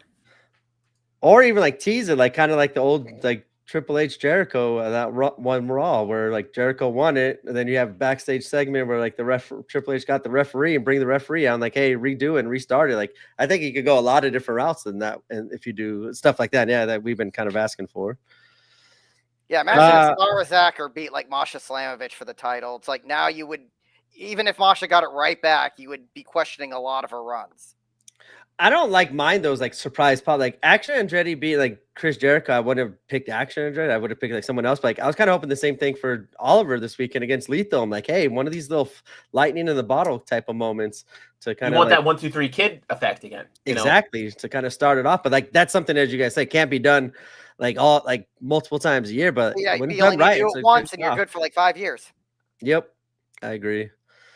I like this idea too, kind of bringing a wired television. I like the old back in the day, the television title, just seeing the same person on TV every week. I kind of always like that little belt for kind of showcase new talent. Yeah, and the lower time limit means they can run out the title, but while still having a TV style match. That was always a good trope. Yeah, for 10 minutes, something like that. It's Steve Regal or William Regal made a career off that. TJ, yeah, me. I'm not teaming with anybody against the rejects. I am good. I am retired. No bumps for me. What do Replay you mean? cam. They're a combined 12 feet tall. How could you beat that? I'm good. I'll stay Do we behind get the replays microphone. in GCW? I swear we do. We do. We have the merge cam. Yeah, The SGC cam too. Yeah. I like more of that. Actually, I went back and watched Anarchy in the Arena the other night, and I kind of missed those quad cams that we used to have, the SGC cams. I like this. Give MLJ double pay, and give Nate Webb 3 whole cycles of Teenage Dirtbag. You'll probably get it. I was just about to say you're probably gonna get it one last time in Indy for sure. All right, he'll get 2 laps in Indy. And he might even win and get the 3rd lap because I'm setting the line at 2.5 Teenage Dirtbags, and I'm taking the under. I'm going to say exactly 2 Teenage Dirtbags on the entrance. On the entrance, yeah. I think you, as Screwball said, you'll get one at the end though. Maybe Nate Webb will pull off the shocking win. Even if he doesn't win, they might just give him an outro anyway. Yeah. Tommy Invincible, big shock. Yeah, that would be a big shock for sure. Yeah, but that's not quite what I'm looking for either. No. I'm looking for someone that doesn't feel out of place doing it. Yeah. Well, okay, Aaron, Cardona specifically made the belt to be the absolute worst fucking belt possible with everything everybody hated, and it was such a brilliant heel move. And we only saw it once. It was a he lost the title immediately when he brought that thing out. It was a purple leather belt with a custom spinner of his logo, and the belt had fucking Velcro. It was like point for point. Plus, it was the GCW logo that spanned too, so it was also kind of just a spit in the face of the GCW fans too. It was perfect. Who's next for Shotzi's Garage Beer Championship? You think we'll see that belt coming back? I want to see Manser. I think they'll probably bring it out like maybe like a few months from now when they. Yeah, I don't see that that belt happening every week. Thing. Yeah. Anarchy in the Showboat lobby. What do you think about that, Frank? What did they call Mayhem in the Mecca or something like that? Mayhem at the Mecca. Pretty much got that with that JCW. Bill, you've been there for when they had literally 50. Okay, I've said this on the show before. I think it was TOS weekend. They had a 50-car armed response because there was a riot in the lobby of the Showboat. Go back on Twitter, and there is a shot of somebody like from the top of the Showboat garage looking down, and the entire like block-long driveway of the Showboat was just filled with cop cars with their lights on because there was like some sort of riot in the Showboat at the water park that night. Oh my goodness! Water park and not us. Yeah. Yeah, when you said water park, I remembered. Yeah. Let's see. Stackhouse for a championship win. Steps for the ring.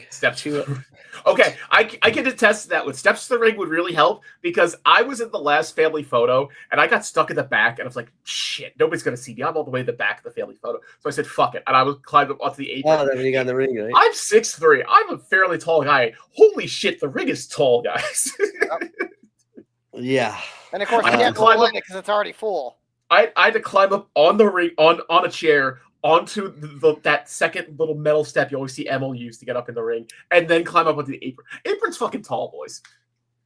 Yes, it is. We've seen some short ones of Screwball. We've seen some short ones in Vegas at some of these places. Like like 2 feet tall. Oh yeah, the low boys. They have the low rigs because that's sometimes what the venue can fit in there. Yeah.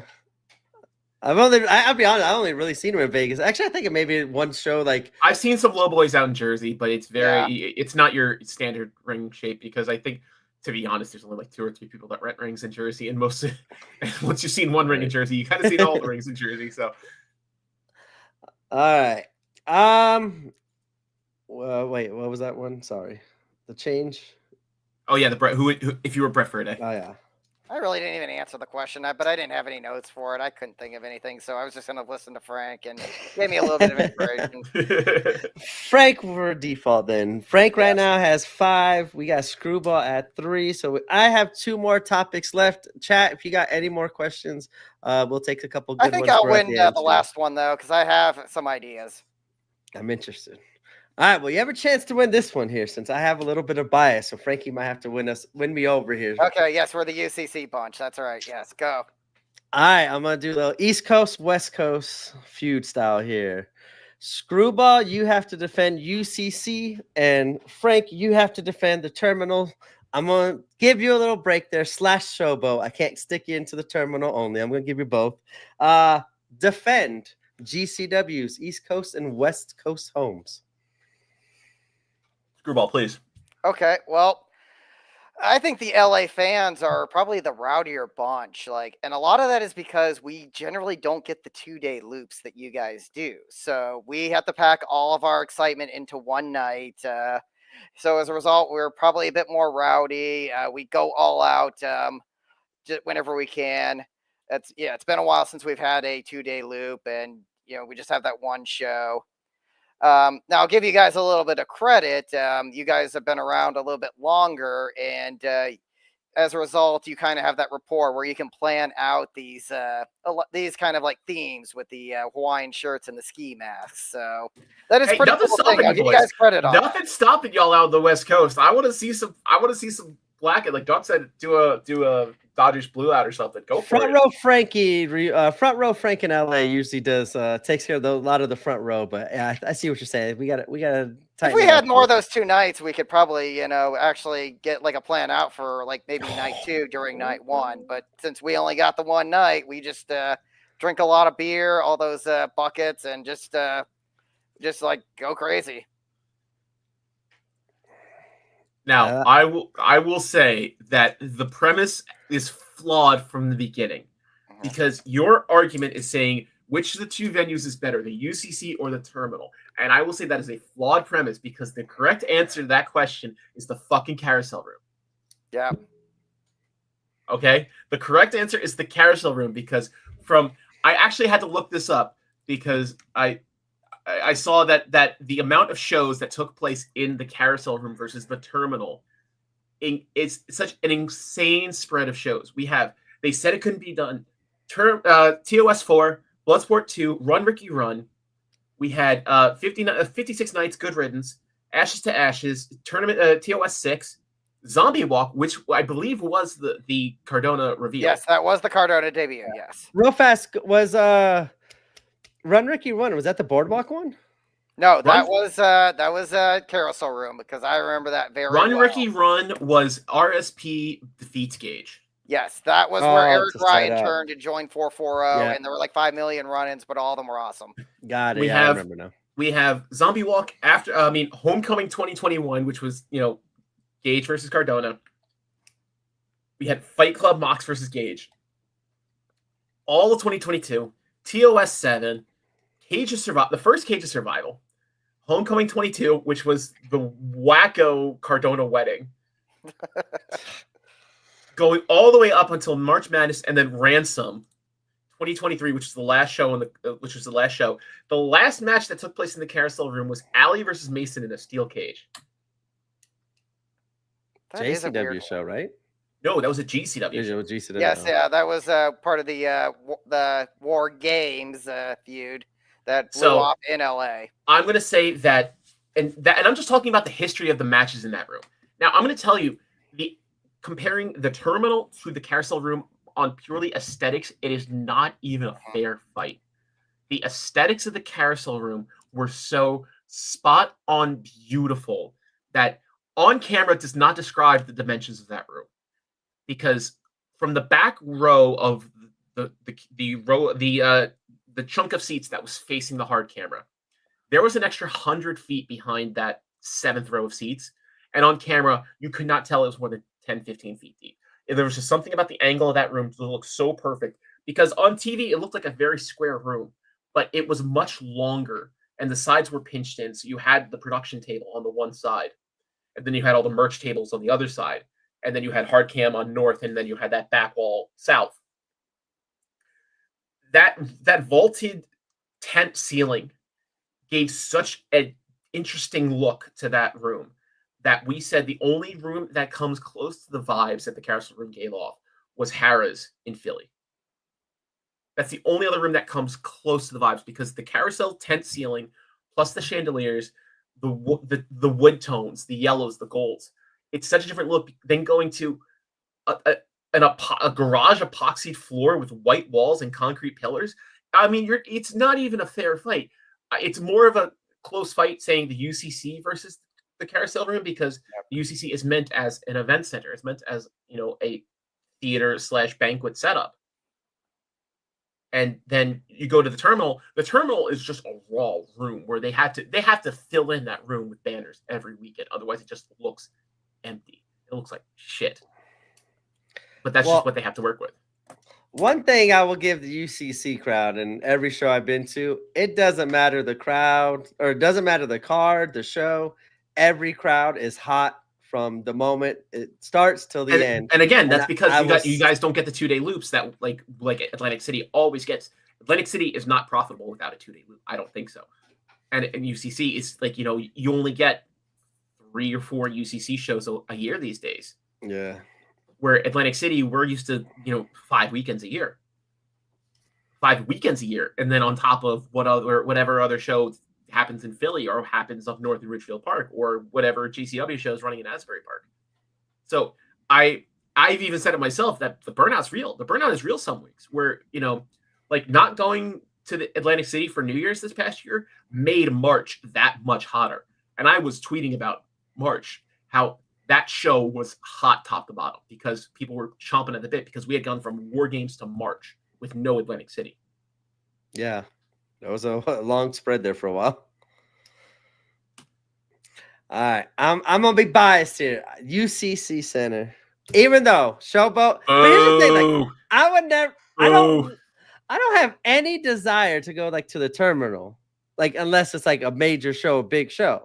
I do want to at least get AC off the bucket list, and when I do, I will be going mini golfing just to pay my respects to the Carousel Room. Yep, I would just want to go through it. Salute. Every time we go by there, and every time I walk by what the Carousel Room is now, which is it's a fucking mini golf course with a roller rink and like some carnival games or something. Yeah. And we walk by his group, and then we just look at all the kids on the roller rink, and then play mini golf, and they said. They don't know Jimmy Lloyd almost died on that floor there. Like, this is these little kids. Little kids just trying to have fun, man. Yeah, I see that it makes sense as a business decision, but God, that's our room. Like, I wish I could see a show in the Carousel Room. I ain't gonna lie. If they open it back up one night, I promise you, I'd probably during the summer try to make my way out there. I'm gonna put one last argument here. What other venues, save for the ECW arena, legitimately qualify themselves for a memorial T-shirt? Yeah, they did have the AC one, right? Yeah, and Carousel Room has a T-shirt. I've worn that T-shirt on this show before. I gotta find one. Yeah. I will correct William Bruno here. G-Raver did not almost die in the Carousel Room. That was at the Grand Sports Arena, and that image is burned into my mind. I was there. Hey, real fast. I don't know. Maybe you might know this answer. Nick Xander, wasn't he at that show too as a fan? Like at that weekend? I remember. I don't know. I gotta find the clip. There's a clip of him. Like I think it might have been like at that Black Label show, like the exact one we're talking about. I got post up and see if you think it's him. He's never talked to me about that, so you might have something on me. I don't know, but I got research to do. I'm gonna send it. I'm playing mini golf with Bubba. I'd love to see McCander at GCW though. He was on that FSW versus GCW show and actually got a little bit of moment of respect. And I think his new character is so freaking good. He is top heel in Pride Style right now. Oh my god. Yeah, that's a name I would like to see in GCW. All right, last topic of the night that I have. TJ saying he won. World Championship. Who is going to defeat Effie, and who is going to be the new challenger to the new champion that you decide on? I mean, we both said. Yeah, I'm gonna let you talk realistically, about the default answer because Allie. It's yep. Allie. Like, I mean, we the fact that no title changed hands at Homecoming was still boggles my mind, because I think that was a perfect point. If you're going to say this is celebrating 10 years of GCW history, I think those are the kind of shows that you expect at least one title change on. And the fact that they didn't pull the trigger on either of them says something. Either that they have something bigger in the can that we don't, that even we can't clock from now. And that's actually a decent thought. The fact that it's so big that we can't even clock it yet, or they just don't have anything yet. I hope that we're not seeing the forest for the trees yet, but you never know. So Allie takes the belt. Who would you have to be Allie's first challenger? You want to go back to Effie? KJ? KJ. I want to see KJ just be a douchebag and just like, chop block Allie from behind. So Allie would be the face here in this match. Yeah. Oh, yeah. Yeah. Okay. Well, I see it happening as Allie is a self-righteous face that starts off as a jerk that becomes more right as they go along. And then Effie becomes that more reclusive, he starts becoming more of a selfish face that turns heel. And I want to see that. I want to see that gray out kind of thing where they kind of that slow switch. So when Allie comes back, is she coming back as that character that she was? I want to see her come back as a heel that turns face. Yeah, I think you maybe right off the goodwill of her being like everyone's happy to see her return after that brutal injury. So she's like a heel on paper, but in reality, we're all kind of the expectation is we're more of the "why are you booing me? I'm right" kind of heel. I'm just thinking you probably don't mess with the goodwill from the injury return anyway. So even if she's a heel on paper, she's going to be cheered, and we kind of just know it. So we're just going to go along with it. Yeah. Sorry, Frank, too, real fast. The real reason why Screwball wins, we had Ash give us his final vote. I forgot I started that was the real. I knew there was like a reason why, too. I was like, other than me being a homer, I couldn't find it. I saw it in the chat. Thank you, Ash. So, are you ready for the counter argument to Allie? Yes. Okay, all right. So, maybe she's still a while off. Who knows? We said the titles did not change hands at Homecoming, but that story is not completely finished. We still have another Homecoming show to go, and there is a big match for the GCW World Title on Homecoming LA. And the more I thought about it, the more I thought, let's actually put the title on Shotzi Blackheart. And there's several reasons why you should think about doing this. For one, we just talked about the Killer Cross and Scarlett Boudreaux alliance and the thought of them having the tag titles. What if they capture the tag titles and Shotzi Blackheart has the world title? Like there right now that is a force. I mean, we were still talking about, Shotzi running through the Cardona playbook. Yes. And obviously the final move in doing that is to win the title at Homecoming. So that itself is a good reason to do it. And I also think about Shotzi Blackheart and her spot in GCW right now. She is she's a fresh face, has hardly ran through any of her fresh matches. So she's been in the Cardona-verse this entire time, which means matches with literally it's like an ex-WWE name coming in on the indies, running hot because, their TV name, they're coming in on the indies on these no-name indie types. No, it makes sense. Yeah, like she's been in the Cardona-verse. She could step out of it with the GCW World Title, and every single opponent on the roster is a fresh opponent. So that is a great thing for a world champion to have.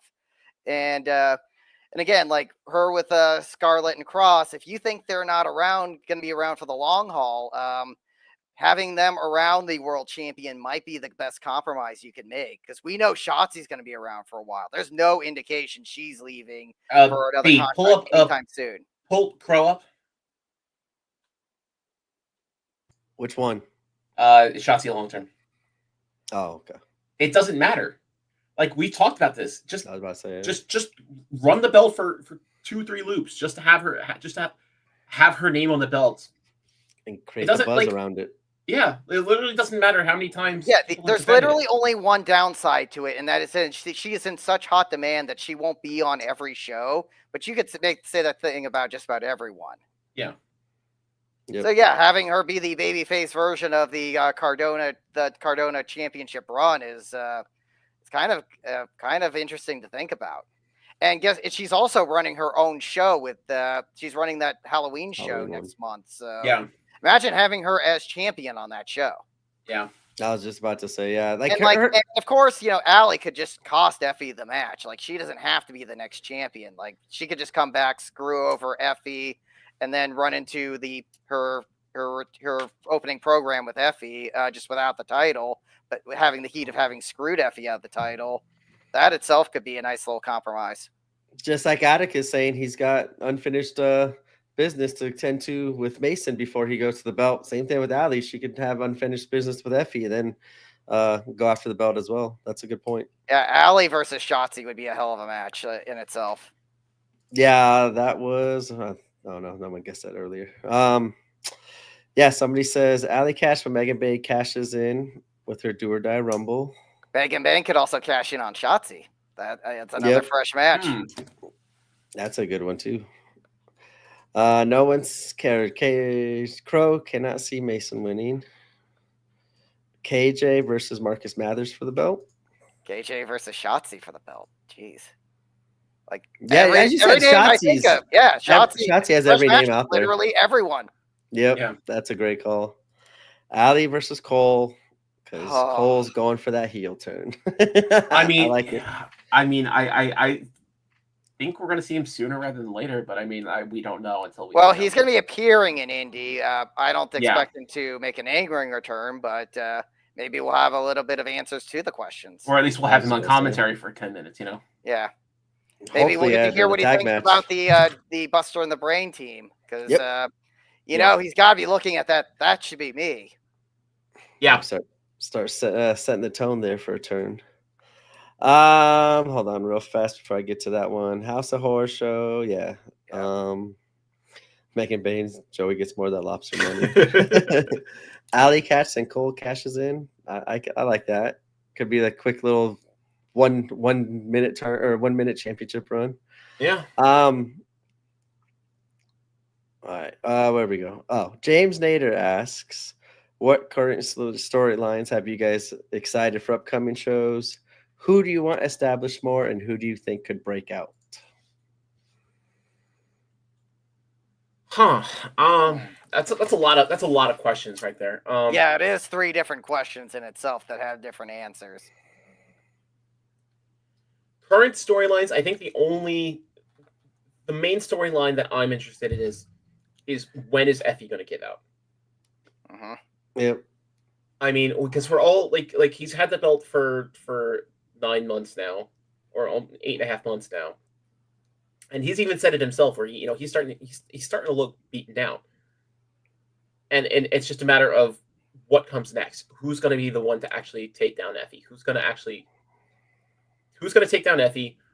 What's Effie going to look like coming out of that title ring? That's the real interesting thing. Is I'm interested to see how it's not the belt. It's not who has the belt after that. It's what Effie does after losing the belt.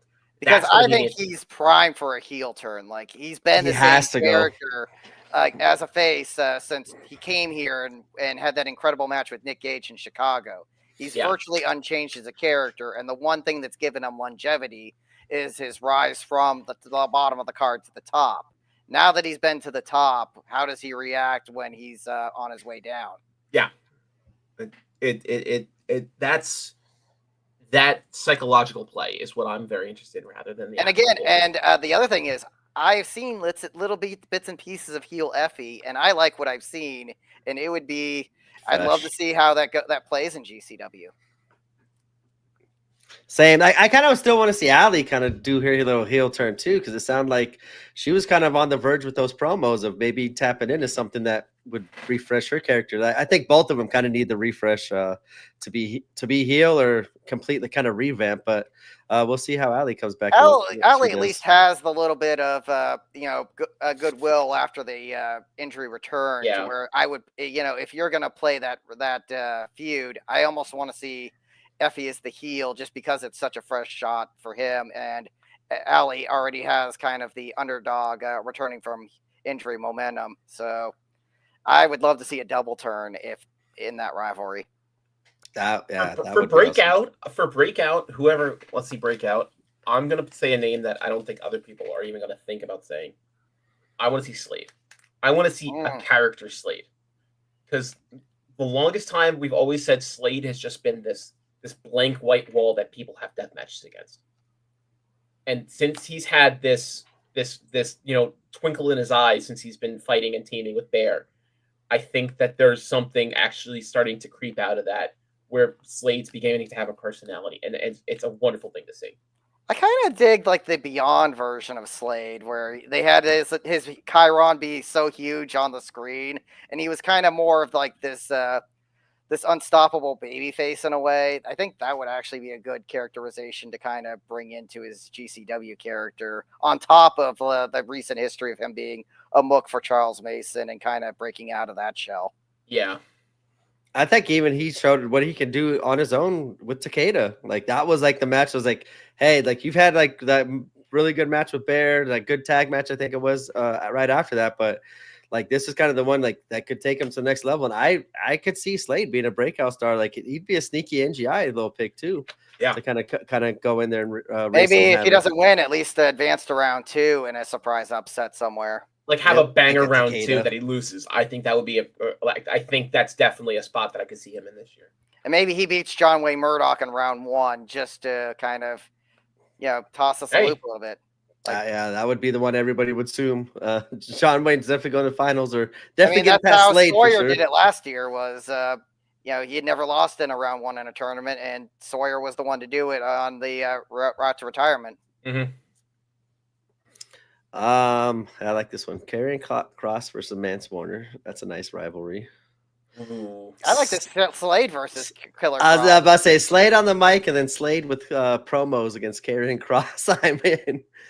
I kind of just want to see Killer Kross. I want to call him Killer because that's what he actually is. Killer is the only name. I want to see Killer Kross try his psychological attacks on Slade, and just to see Slade if it would work.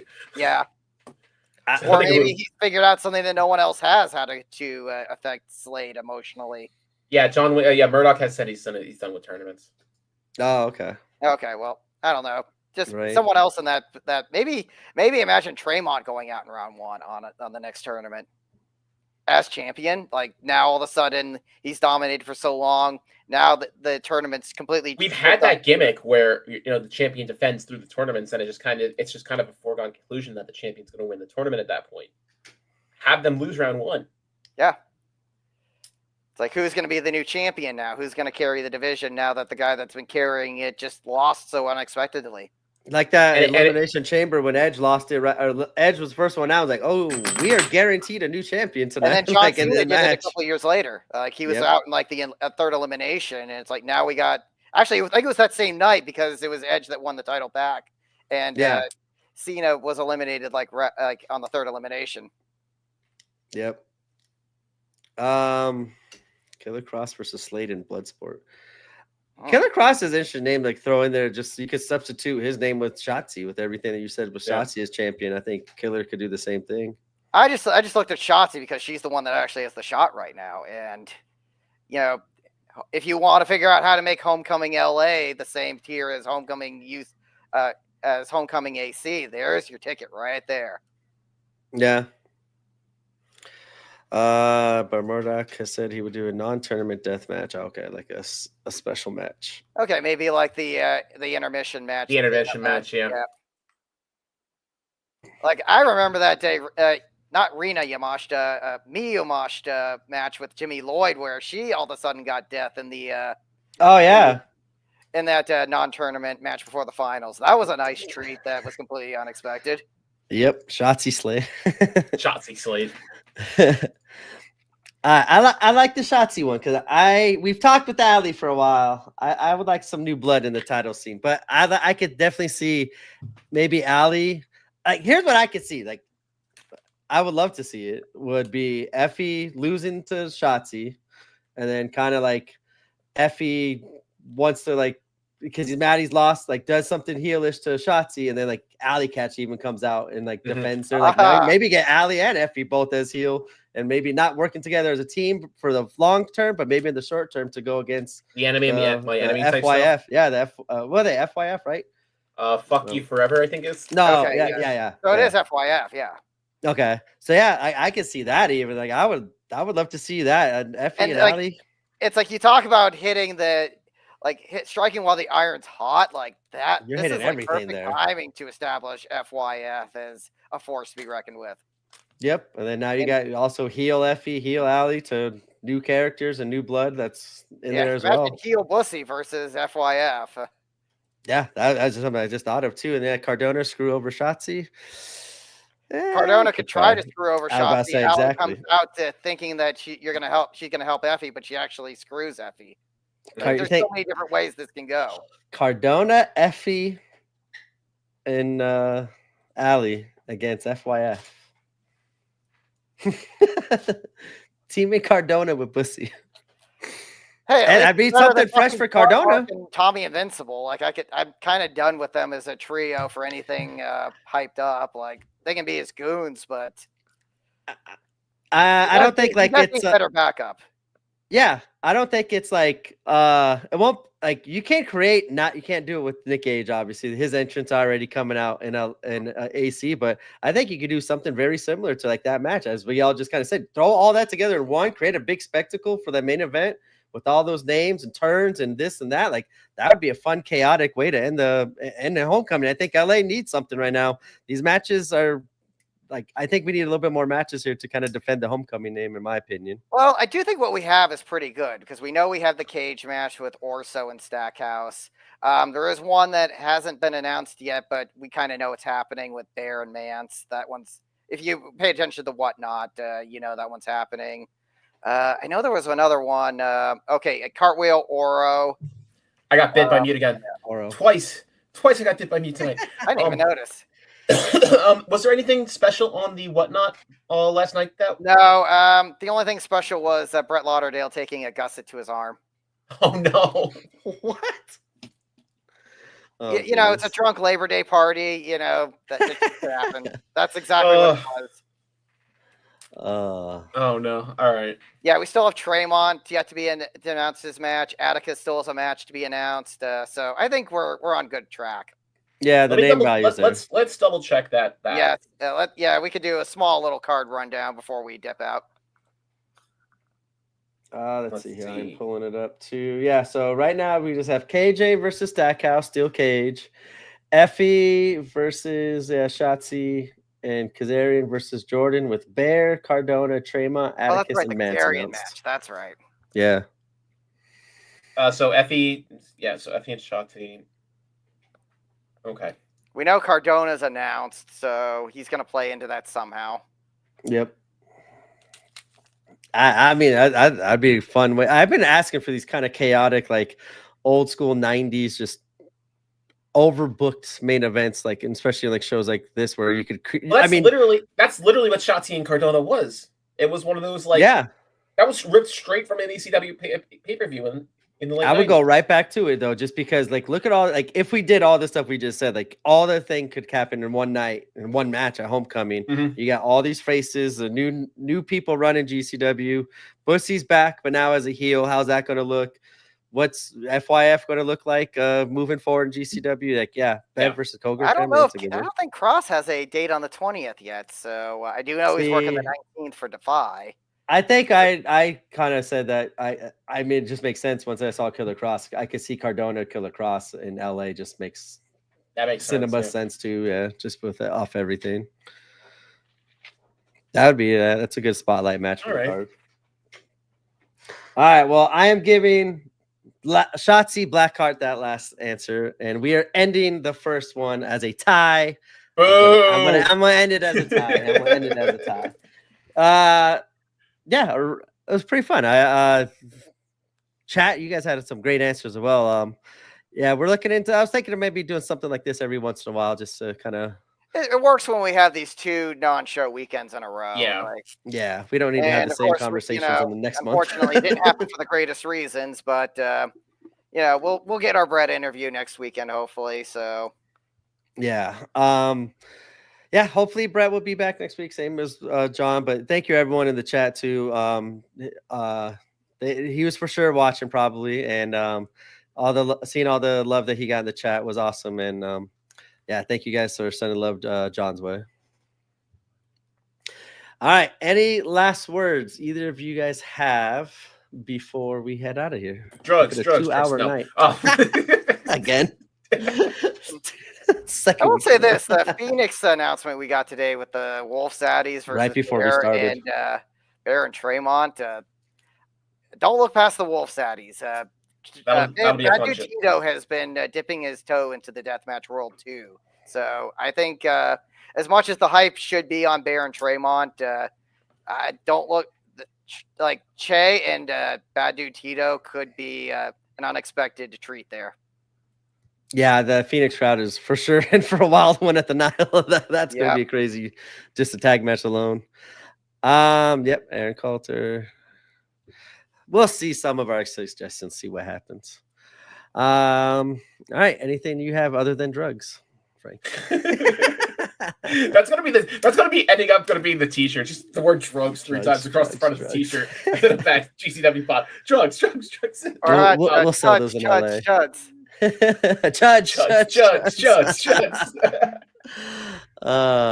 Well, once again, thank you two for coming on late notice, having fun with the show and taking the questions. Thank you, chat, once again for everything you guys did and all the great suggestions we had there. And yeah, we'll be hopefully back next week with hopefully an interview with Brett Lauderdale. If not, keep an eye on our social media and we will figure something out. Drop during the show. Matt Tremont That's the one I was talking versus the Cogers. Yeah, that was the one I was talking about. That was an interesting name to come back into the fold. Bring Bev with Tremont. Well, Bev appeared on the Vandal 48 deal this on the homecoming. So this is and Cardona versus what? Did we talk about Cardona versus Webb? Oh, yeah, no, we didn't. Oh, a little bit, yeah, I guess. Yeah, we did a little bit. I'll just see here before we go if there's any other announcements that kind of dropped, but everything else is. I think that was the last one I saw. JCW booking the Coven of the Goats, always lovely. Yeah. That's gonna be fun. They have what's that tournament too, right? The Luna tournament. Yes, the Luna tournament. There were a few. Emerson Jane got announced for that today, and I think someone else that is a regular. Yeah, I think they had like 6 names even like in that. I want to see Johnny Robbie in that, but that might be a little bit okay. Yeah, it's Billy Starks is the other name. Yes. Oh, okay. All right. Well, I think that will do it for our Game Changers World debut episode. It'll probably be the last one. We'll see.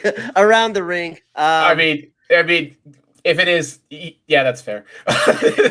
There's enough use for another one, but if we don't get back to it, then it's fine.